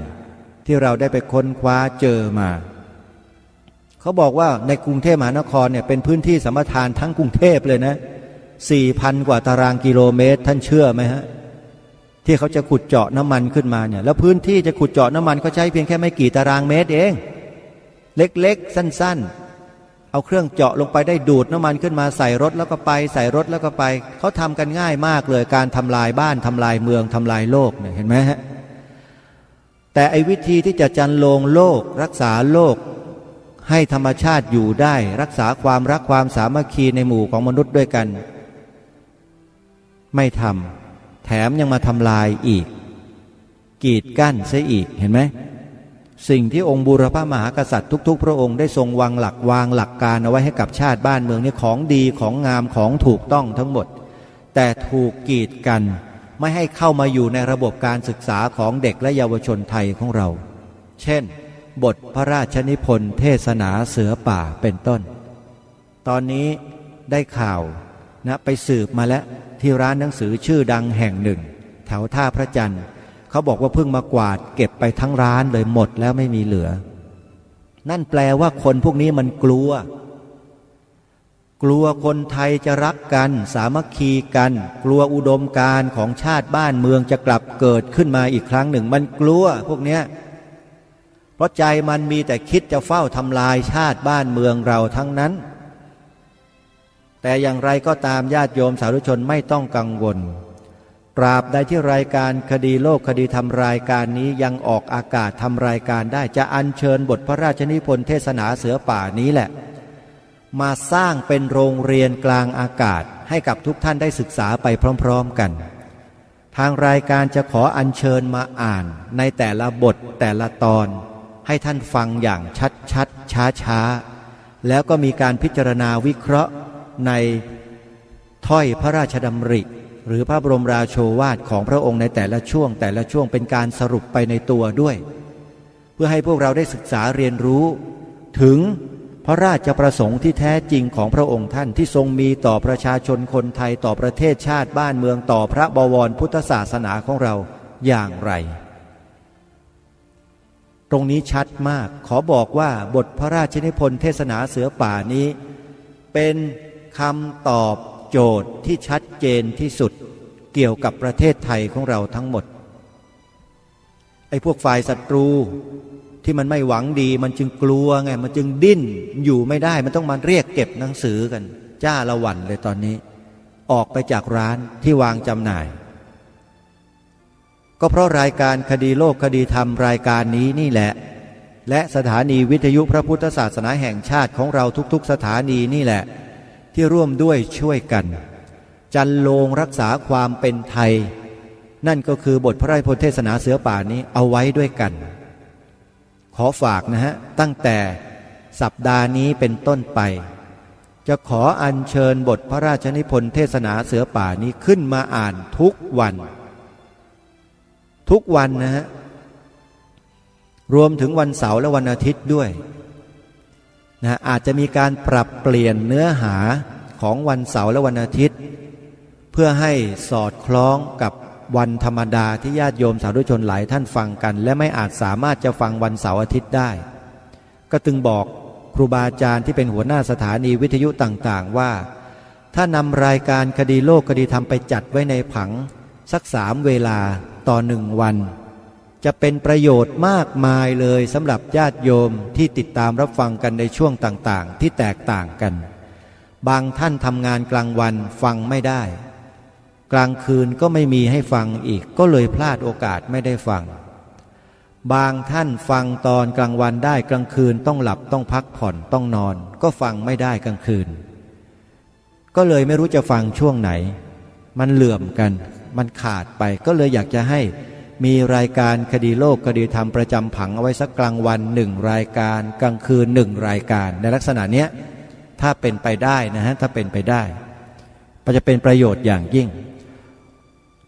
เพราะว่ารายการนี้เป็นรายการต่อสู้เพื่อรักษาอุดมการณ์ของแผ่นดินตามแนวนโยบายของคณะคสช.คือค่านิยมหลักคนไทย12 ประการคสช.เขาเปิดไฟเขียวให้พวกเราแล้วนะแต่เรายังมัวมางุมมางาหรากันอยู่จดจ่อจับจ้อง ไม่ไปข้างหน้ากันสักทีหนึ่งแล้วเดี๋ยวมันจะหมดเวลาและหมดโอกาสและทีนี้จะไม่ได้ทำอะไรกันเลยตอนนี้ได้โอกาสมีโอกาสแล้วน้ำขึ้นให้รีบตักโบราณเนี่ยท่านฉลาดมากพวกเรานั้นมัวประมาทไม่ใช่ฉลาดนะฮะประมาทกันอยู่สำหรับรายการคดีโลกคดีธรรมตั้งแต่จัดรายการมาตั้งแต่วันแรกเนี่ยรู้พิษถึงความประมาทจึงจะไม่ขอประมาทอีกต่อไปขอทำหน้าที่อยู่ตรงนี้แบบนี้ไปตลอดอะไรที่เป็นภูมิปัญญาไทยอะไรที่เป็นสมบัติของไทยอะไรที่เป็นสิ่งมีคุณค่าของไทยอะไรที่เป็นความเป็นไทยทั้งหมดจะต้องถูกนำมาเสนอผ่านรายการคดีโลกคดีธรรมนี้อย่างแน่นอนและไม่ใช่เท่านั้นสิ่งใดที่เป็นปรากฏการณ์ในปัจจุบันที่มันส่อเข้าไปในลักษณะของการจะทำลายความเป็นชาติของเราทุกเรื่องไม่ว่าเรื่องอะไรทั้งนั้นจะถูกนำมาตีแผ่ที่รายการนี้ให้พวกเราได้รู้เท่ารู้ทันรู้กันรู้แก้ร่วมกันด้วยคือทั้งแก้ไขและทั้งพัฒนาไปพร้อมๆกันนี่คือรายการคดีโลกคดีธรรมแล้วต้องกล้าคิดก็ต้องกล้าทำอย่ากลัวถ้าทำความดีเร่งศึกษาปัญหาให้ทันท่วงทีเมืองไทยจะพัฒนากว่านี้ฟังรายการดีๆคดีโลกคดีธรรมเพราะมีแต่สิ่งดีๆมานำเสนอทั้งนั้นเป็นประโยชน์ต่อส่วนรวมไม่ใช่ประโยชน์ส่วนตัวของใครสักคนนี่คือความเสียสละ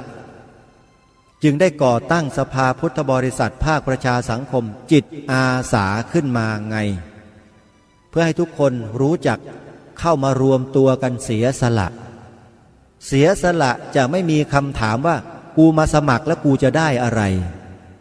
คนเสียสละจะไม่มีคำถามนี้มีแต่คำถามว่าเมื่อฉันมาสมัครแล้วฉันจะช่วยอะไรได้บ้างนี่คือคนเสียสละโดยแท้แต่ถ้าใครมาแล้วมาถามว่าอะไรต้องเสียเงิน100 บาทด้วยเอาไปทำอะไรถ้าถามอย่างนี้นี่ครับเขาเรียกว่าไม่ได้เต็มใจที่จะมาร่วมกิจกรรมหรือร่วมงานความร่วมมือที่จะเสียสละให้กับชาติศาสนาพระมหากษัตริย์ด้วยกันทำไม่ได้ร่วมไปก็จะมีแต่ปัญหาคนพวกนี้แค่นี้ก็ถามนู่นถามนี่ซักไซไร่เรียงเรื่องมากประเทศไทยนี่มันไม่ได้อยู่รอดปลอดภัยเพราะไอ้คนเรื่องมากหรอกมันปลอดภัยเพราะคนที่ทำหน้าที่ทำอย่างเดียวอะไรที่เป็นประโยชน์ส่วนรวมแล้วมุ่งทำแต่ประโยชน์ส่วนรวมเท่านั้นเพื่อให้ส่วนตัวของทุกคนอยู่ได้นี่คือจุดมุ่งหมายมุ่งหวังของการรวมตัวกันในนามสภาพุทธบริษัทภาคประชาสังคมจิตอาสา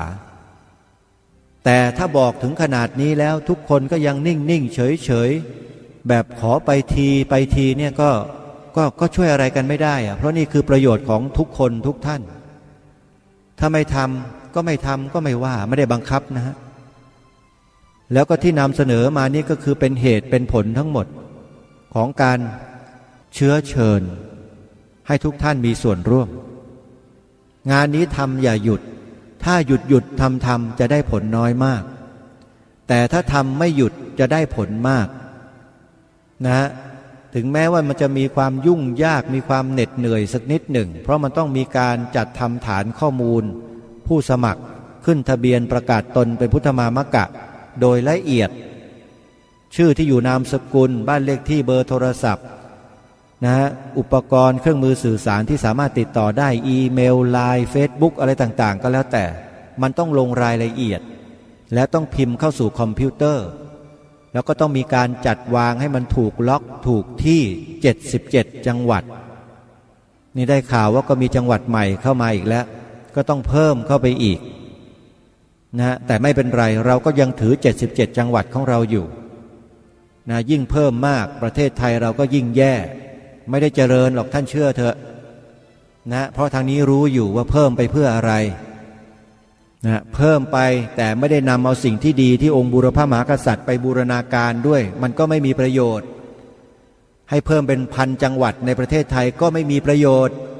เพราะไม่ได้นำเอาสิ่งที่เป็นสมบัติชาตินี้ไปบูรณาการไปอบรมไปบูรณาการกับผู้คนในจังหวัดนั้นๆไปนำเอาสิ่งที่แปลกปลอมเข้ามาในประเทศมาจากไหนก็ไม่รู้ไปบูรณาการมันก็ไม่ได้เรื่องเท่านั้นแหละก็ถึงบอกว่าจะเพิ่มกี่จังหวัดมันก็ไม่มีความหมายถ้าไม่นำเอาสิ่งที่เป็นสมบัติของชาติเป็นภูมิปัญญาของชาติของแผ่นดินนี้ไปบูรณาการต่อผู้คนในสังคมจบท่านสาธุชนผู้ฟังทุกท่านนับตั้งแต่วันพรุ่งนี้เป็นต้นไปขอให้ท่านตั้งอกตั้งใจติดตามรับฟังบทพระราชนิพนธ์เทศนาเสือป่าที่องค์พระบาทสมเด็จพระเจ้าอยู่หัวรัชกาลที่ 6ได้ทรงเสียสละพระชนชีพของพระองค์ท่านทรงก่อตั้งกองเสือป่าขึ้นมาแล้วก็รับสมัครประชาชนโดยทั่วไปโดยไม่เลือกชั้นวรรณะเข้ามาเป็นเสือป่าพระองค์ท่านก็ทรงเสียสละเวลาส่วนพระองค์ไปทรงแสดงเทศนาทางพระพุทธศาสนาล้วนๆให้กับเสือป่าเสือป่าก็คือประชาชนคนไทยอย่างเราๆนี่แหละไม่ใช่ใครอื่นนะเพราะฉะนั้นบทพระราชนิพนธ์เทศนาเสือป่านี้ก็คือบทพระราชนิพนธ์ที่พระองค์ได้ทรงมอบให้กับประชาชนทั้งประเทศทั้งแผ่นดินไม่ใช่ให้ใครคนใดคนหนึ่งกลุ่มใดกลุ่มหนึ่งนะถ้าใครไปบอกว่าเป็นบทพระราชนิพนธ์เฉพาะพวกเสือป่าพูดแบบนี้คนนั้นเริ่มที่จะส่อแววให้เห็นแล้วว่าเป็นใครถ้าใครพูดแบบนี้นะบอกแล้วว่ารายการคดีโลกคดีธรรมเนี่ยจับเก่งจับจุดอ่อนจุดบกพร่องนิดเดียวเนี่ยรู้เลยเพราะฉะนั้นไม่ต้องห่วงท่านสาธุชนถ้ามีใครมาพูดลักษณะเช่นนี้เนี่ยขอให้บอกกระซิบบอกชื่อนามสกุลบอกตระกูลบอกจังหวัดที่อยู่ถ้ามีบัตรประชาชนด้วยส่งมาให้ก็ดีเหมือนกันนะจะได้รู้ว่าคนนี้เป็นใครต้องขออนุโมทนากับท่านพลเอกประยุทธ์จันทร์โอชาที่ได้มอบสมบัติของแผ่นดินกลับคืนมาสู่สังคมไทยค่านิยมหลักคนไทย12ประการนี่แหละคือสิ่งที่จะรักษาความเป็นไทยของเราเอาไว้ได้แต่อยู่ที่ว่าพวกเราคนไทยรู้จักนำไปใช้หรือเปล่าให้เกิดประโยชน์แก่พวกเราอ่ะนี่สำคัญมากเราเอาไปใช้แบบไหนใช้ด้วยวิธีการอย่างไรถ้าไม่รู้วิธีไหนนี่ใช้วิธีรายการคดีโลกคดีธรรมเนี่ยนำสิ่งที่เป็นสมบัติของแผ่นดิน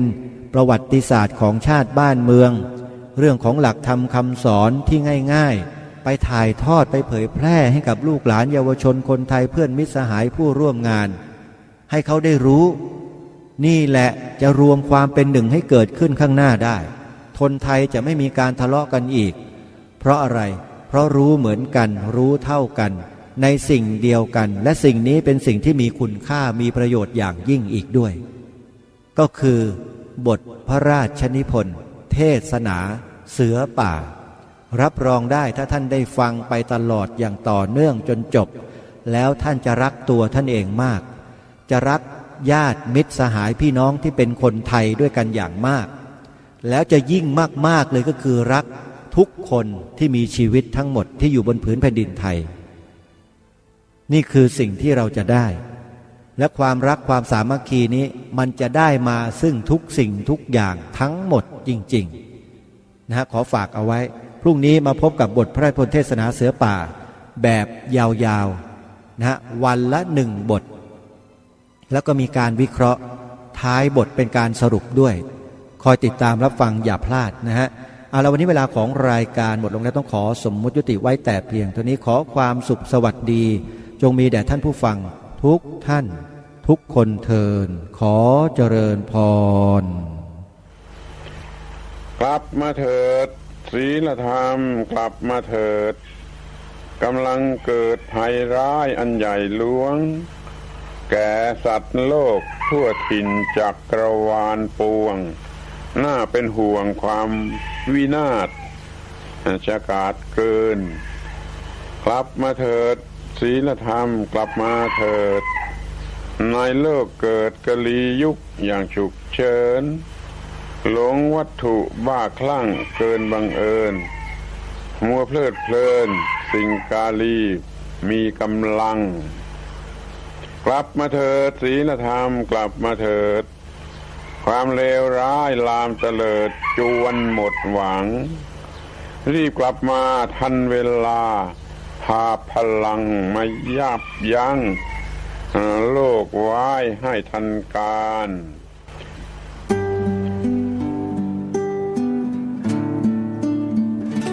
กล้าคิดก็ต้องกล้าทำอย่ากลัวถ้าทำความดีเร่งศึกษาปัญหาให้ทันท่วงทีเมืองไทยจะพัฒนากว่านี้รายการดีๆคดีโลกคดีธรรมขอรำพันบรรยายความคิดเครื่องไม้แห่งสีทั้งสามงามถนัดขาวคือบริสุทธิ์สีสวัสดิ์หมายพระไตรรัตน์และธรรมะคุ้มจิตไทยแดงคือโลหิตเราใสซึ่งยอมสละได้เพื่อรักษาชาติศาสนาน้ำเงินคือสีโสภาอันจอมประชาพระโปรดเป็นของส่วนองค์จัดริ้วเข้าเป็นไตรรงค์จึงเป็นสีธงที่รักแห่งเราชาวไทย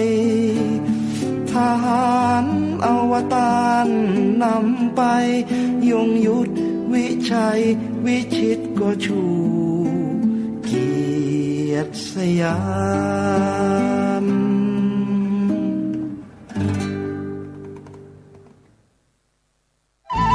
ที่จบไปแล้วนั้นเป็นรายการคดีโลกคดีธรรมดำเนินรายการโดยพระครูปลัดณรงค์ฤทธิ์ มูลนิธิครูบาศรีวิจัยโดยนายพยูนมีทองคำประธานมูลนิธิขอเชิญชวนใจไทยที่มีความเลื่อมใสในพระพุทธศาสนาและครูบาเจ้าศรีวิจัยที่มีอายุ20 ปีบริบูรณ์ขึ้นไปสมัครเข้ารับการอุปสมบทเพื่อศึกษาและปฏิบัติวิปัสสนากรรมฐานณวัดร่ำเปิงตะโปธารามเป็นเวลา9 วันในชื่อรุ่นถวายพระราชกุศลเฉลิมพระชนม์72 พรรษาตั้งแต่วันที่11 มิถุนายน 2567 ณ วัดพระศรีวรมหาวิหารโดยบ่มีค่าใช้จ่ายใดๆทั้งสิ้นผู้สนใจสมัครเข้าร่วมโครงการหรือร่วมสนับสนุนตามกำลังศรัทธาโปรดติดต่อสอบถามรายละเอียดเพิ่มเติมได้ที่นายพยุนมีทองคำโทรศัพท์ 0897007939 ได้ตั้งแต่วันนี้จนถึง 31 พฤษภาคม 2567 ในเวลาราชการ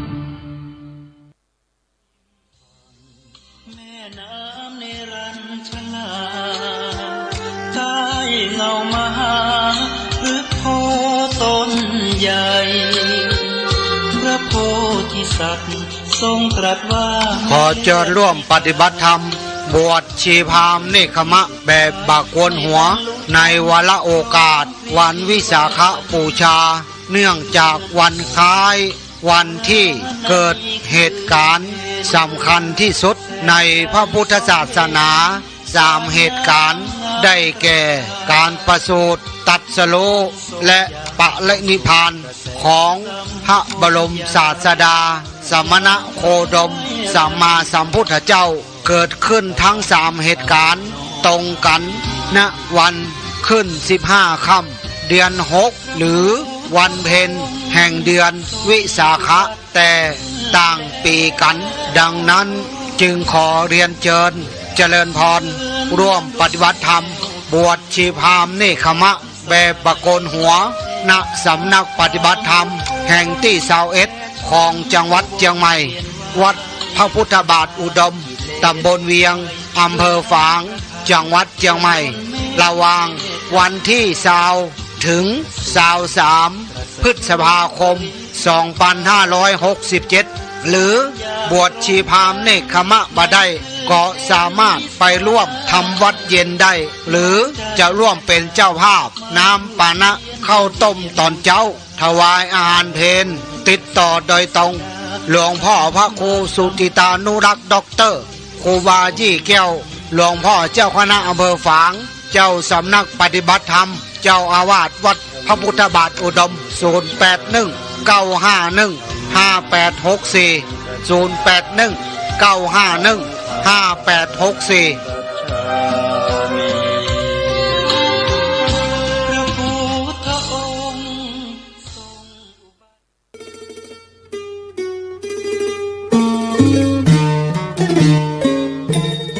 พรหมมงคลท่าล้อตำบลดอยหล่ออำเภอดอยหล่อจังหวัดเชียงใหม่จัดพระป่ามหากุศลเพื่อสมทบทุนในการวางศิลาฤกษ์ก่อสร้างพระวิหารวันอาทิตย์ที่19 พฤษภาคมพุทธศักราช2567เพราะฉะนั้นท่านไหนที่มีเวลาเรียนเชิญเจริญพรได้ไปร่วมทอดพระป่ากันเพื่อสมทบทุนวางศิลาฤกษ์ก่อสร้างพระวิหารวัดพรหมมงคลท่าล้อตำบลดอยหล่ออำเภอดอยหล่อจังหวัดเชียงใหม่วันอาทิตย์ที่19 พฤษภาคมพุทธศักราช2567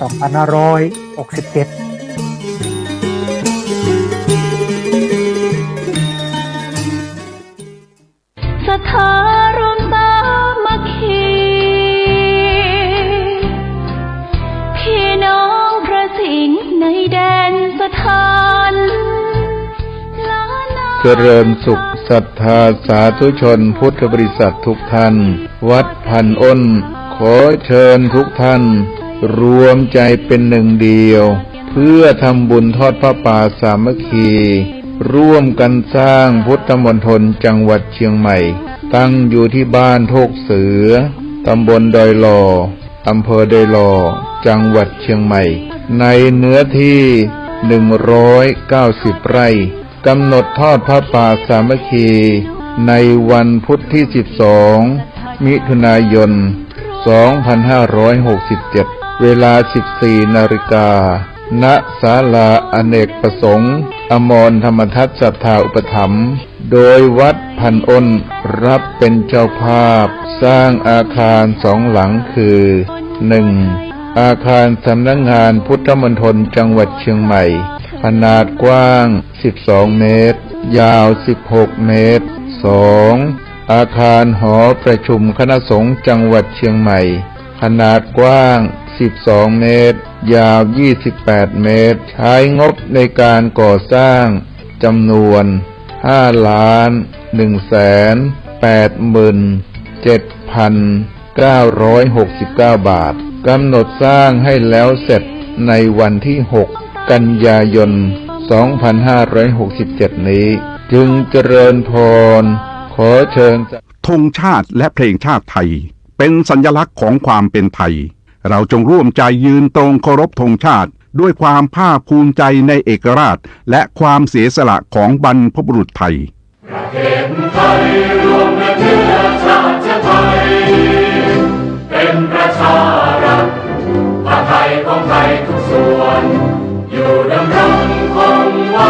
ได้ทั้งมวลด้วยไทยล้วนหมายรักษาพันธิตไทยนิรักสงบแต่ถึงรบไม่คลาดเอกราชจะไม่ให้ใครคุมขีสละเลือดทุกอย่างเป็นชาติทะเลถ้าเดินประเทศชาติไทยก็เวทีชัยชโย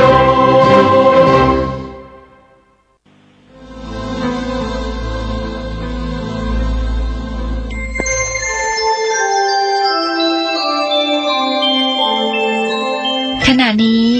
ท่านกำลังฟังสถานีวิทยุกระจายเสียง FM 104.5 เมกะเฮิรตซ์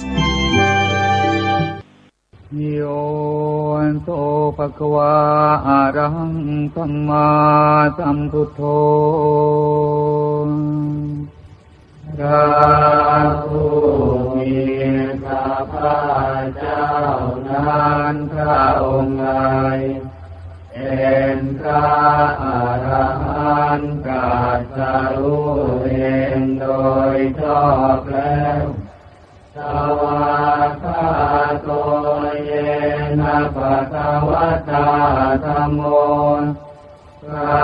ธรรมคือศาสนาที่พระผู้มีพระภาคเจ้านั้นพระองค์ใดตรัสไว้ดีแล้วสุปฏิปันโนยะถาภะคะวะโตสาวกสังโฆ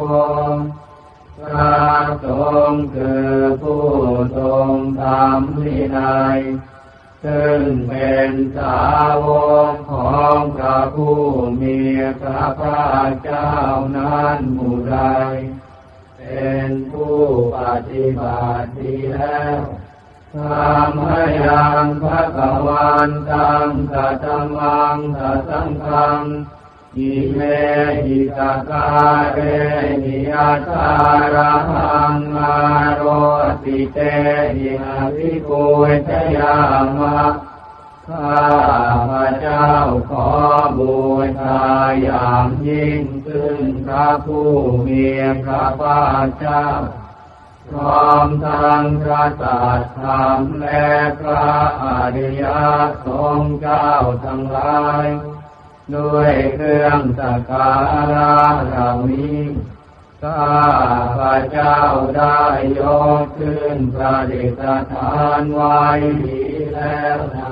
ที่อันสมควรอย่างยิ่งเช่นนี้สาธุโนพันเตภะคะวะสุจิราภรินิพพุตโตปิพระผู้มีพระภาคเจ้าพระองค์นั้นแม้ปรินิพพานนั้นแล้วก็ตามข้าแด่พระองค์ผู้เจริญซึ่งยังประโยชน์อันยิ่งใหญ่แด่สาธุชนทั้งหลายปัจฉิมาชนะตานุกรรมปมานาสาอิเมตกาเรทุตตาปนาการะภูเตปฏิคันหาตุขอจงรับเครื่องสักการะปนาการของคนยากทั้งหลายเหล่านี้ด้วยเพื่ออนุเคราะห์แด่ประชุมชนผู้เกิดแล้วใน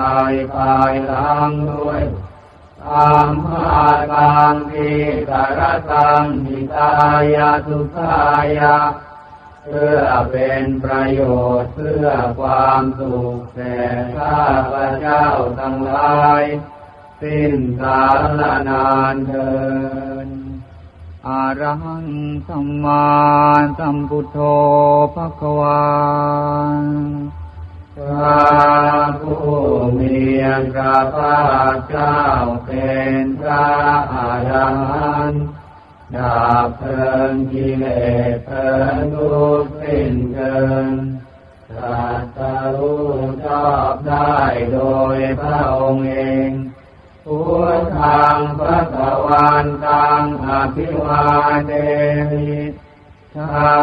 พระเจ้าอภิวาทพระผู้มีพระภาคเจ้า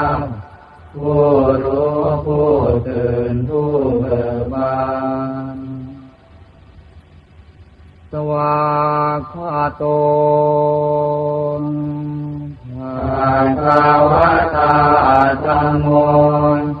พระ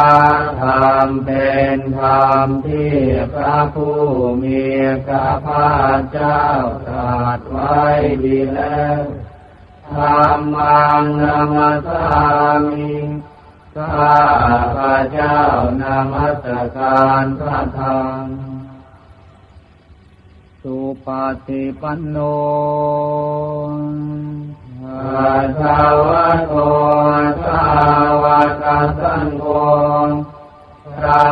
สงฆ์สาวกของพระผู้มีพระภาคเจ้าปฏิบัติดีแล้ว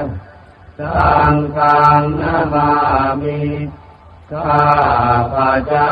นอบน้อมพระสงฆ์ท่านธรรมยังพุทธสสะภะคะวะโตปุปภาคณมการังกะโรมาเต นะโมตัสสะภะคะวะโตขอนอบน้อมแด่พระผู้มีพระภาคเจ้าพระองค์นั้นอะระหะโตซึ่งเป็นผู้ไกลจากกิเลสสัมมาสัมพุทธัสสะตรัสรู้ชอบได้โดยพระองค์เองนะโมตัสสะภะคะวะโตขอนอบน้อมแด่พระผู้มีพระภาคเจ้าพระองค์นั้นอะระหะโตซึ่งเป็นผู้ไกลจากกิเลสสัมมาสัมพุทธัสสะตรัสรู้ชอบได้โดยพระองค์เองนะโมตัสสะภะคะวะโตขอนอบน้อมแด่พระผู้มีพระภาคเจ้าพระองค์นั้นอะระหะโตซึ่งเป็นผู้ไกลจากกิเลสสัมมาสัมพุทธัสสะตรัสรู้ชอบได้โดยพระองค์เองหันธรรมยังพุทธานุสตินิยังกโรมาเตตังโฆปะนะภะคะวันตังเอวังกัลยาโนกิตติศัตโตอะรุขโตก็เกียรติศักดิ์อันงามของพระผู้มีพระภาคเจ้านั้นได้คุ้มไปแล้วอย่างนี้ว่าอิติปิโสภะคะวาเพราะเหตุอย่างนี้พระผู้มีพระภาคเจ้านั้นอะระหังเป็นผู้ไกลจากกิเลสสัมมาสัมพุทโธเป็นผู้ตรัสรู้ชอบได้โดยพระองค์เองวิชาจารณสัมปันโนเป็นผู้ถึงพร้อมด้วยวิชาและจารณะสุขโตเป็นผู้ไปแล้วด้วยดีโลกวิทูเป็นผู้รู้โลกอย่างแจ่มแจ้งอนุตตรปุริสธรรมสารถิเป็นผู้สามารถฝึกบุรุษที่สมควรฝึกได้อย่างไม่มีใครยิ่งกว่าสัทธาเทวมนุษย์สานังเป็นครูผู้สอนของเทวดาและมนุษย์ทั้งหลายพุทโธเป็นผู้รู้ผู้ตื่นผู้เบิกบานด้วยธรรมภควาทีเป็นผู้มีความจำเริญจำแนกธรรมสั่งสอนสัตว์ดังนี้หันธรรมยังพุทธาภิปิติงกโรมาเตพุทธวาระหันตวรตาภิกขุนาภิกขุโตพระพุทธเจ้าประกอบด้วยคุณมีความประเสริฐแห่งอรหันตคุณเป็นต้นสุทธาภิญาณกรุณาหิสมาทัตโตมีพระองค์อันประกอบด้วยพระญาณและพระกรุณาอันบริสุทธิ์โพเทติโยสุชนะตังกัมรังวัสุโรพระองค์ได้ทรงกระทำจนที่ดีให้เบิกบานดูดนาทิตทำบัวให้บาน วันธามังธรรมทานังศิรสาธิเนทังข้าพระเจ้าไหว้พระจินสีผู้ไม่มีกิเลสพระองค์นั้นด้วยเสียงกล่าวพุทโธโยสัพพะรินังสรณังเขมาพุทธมังพระพุทธเจ้าพระองค์ใดเป็นสารณะอันเกษมสูงสุดของสัตว์ทั้งหลายปัตมานุสติทานังวันทามิตังสิเรนังข้าพระเจ้าไหว้พระพุทธเจ้าพระองค์นั้นอันเป็นที่ตั้งแห่งความระลึกองค์ที่หนึ่งด้วยเสียงกล่าวพุทธัสสะหัสสะมิหาโตวะพุทโธเมธามิกิสโรข้าพระเจ้าเป็นทาสของพระพุทธเจ้า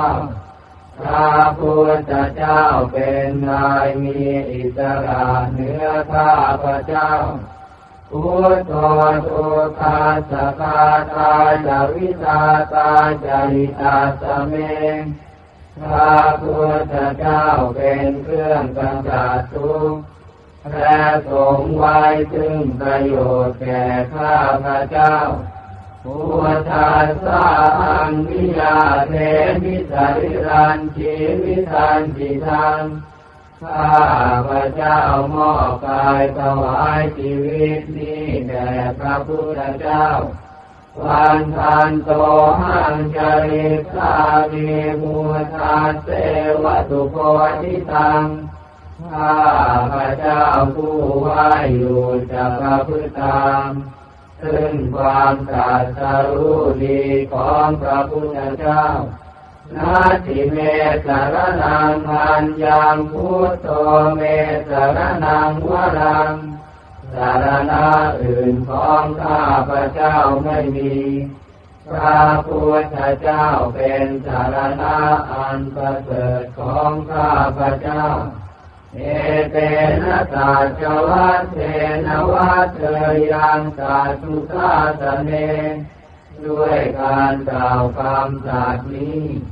ข้าพระเจ้าพึงเจริญในพระศาสนาของพระศาสนาพุทธังเมวันธมาเนนะยังปุญญังปัสสุกังอิทาข้าพระเจ้าผู้ไหวอยู่ซึ่งพระพุทธเจ้าได้ควรขวายบุญใดในบาทนี้สาเพปิอันตรายาเมมะเหตุสัสสะเตจะสาอันตรายทั้งปวงอย่าได้มีแก่ข้าพระเจ้าด้วยเดชแห่งบุญนั้นกายเยนวาจายาวเจปัสสาวาด้วยกายก็ดีด้วยวาจาก็ดีด้วยใจก็ดีโอเตมุตังมังปะก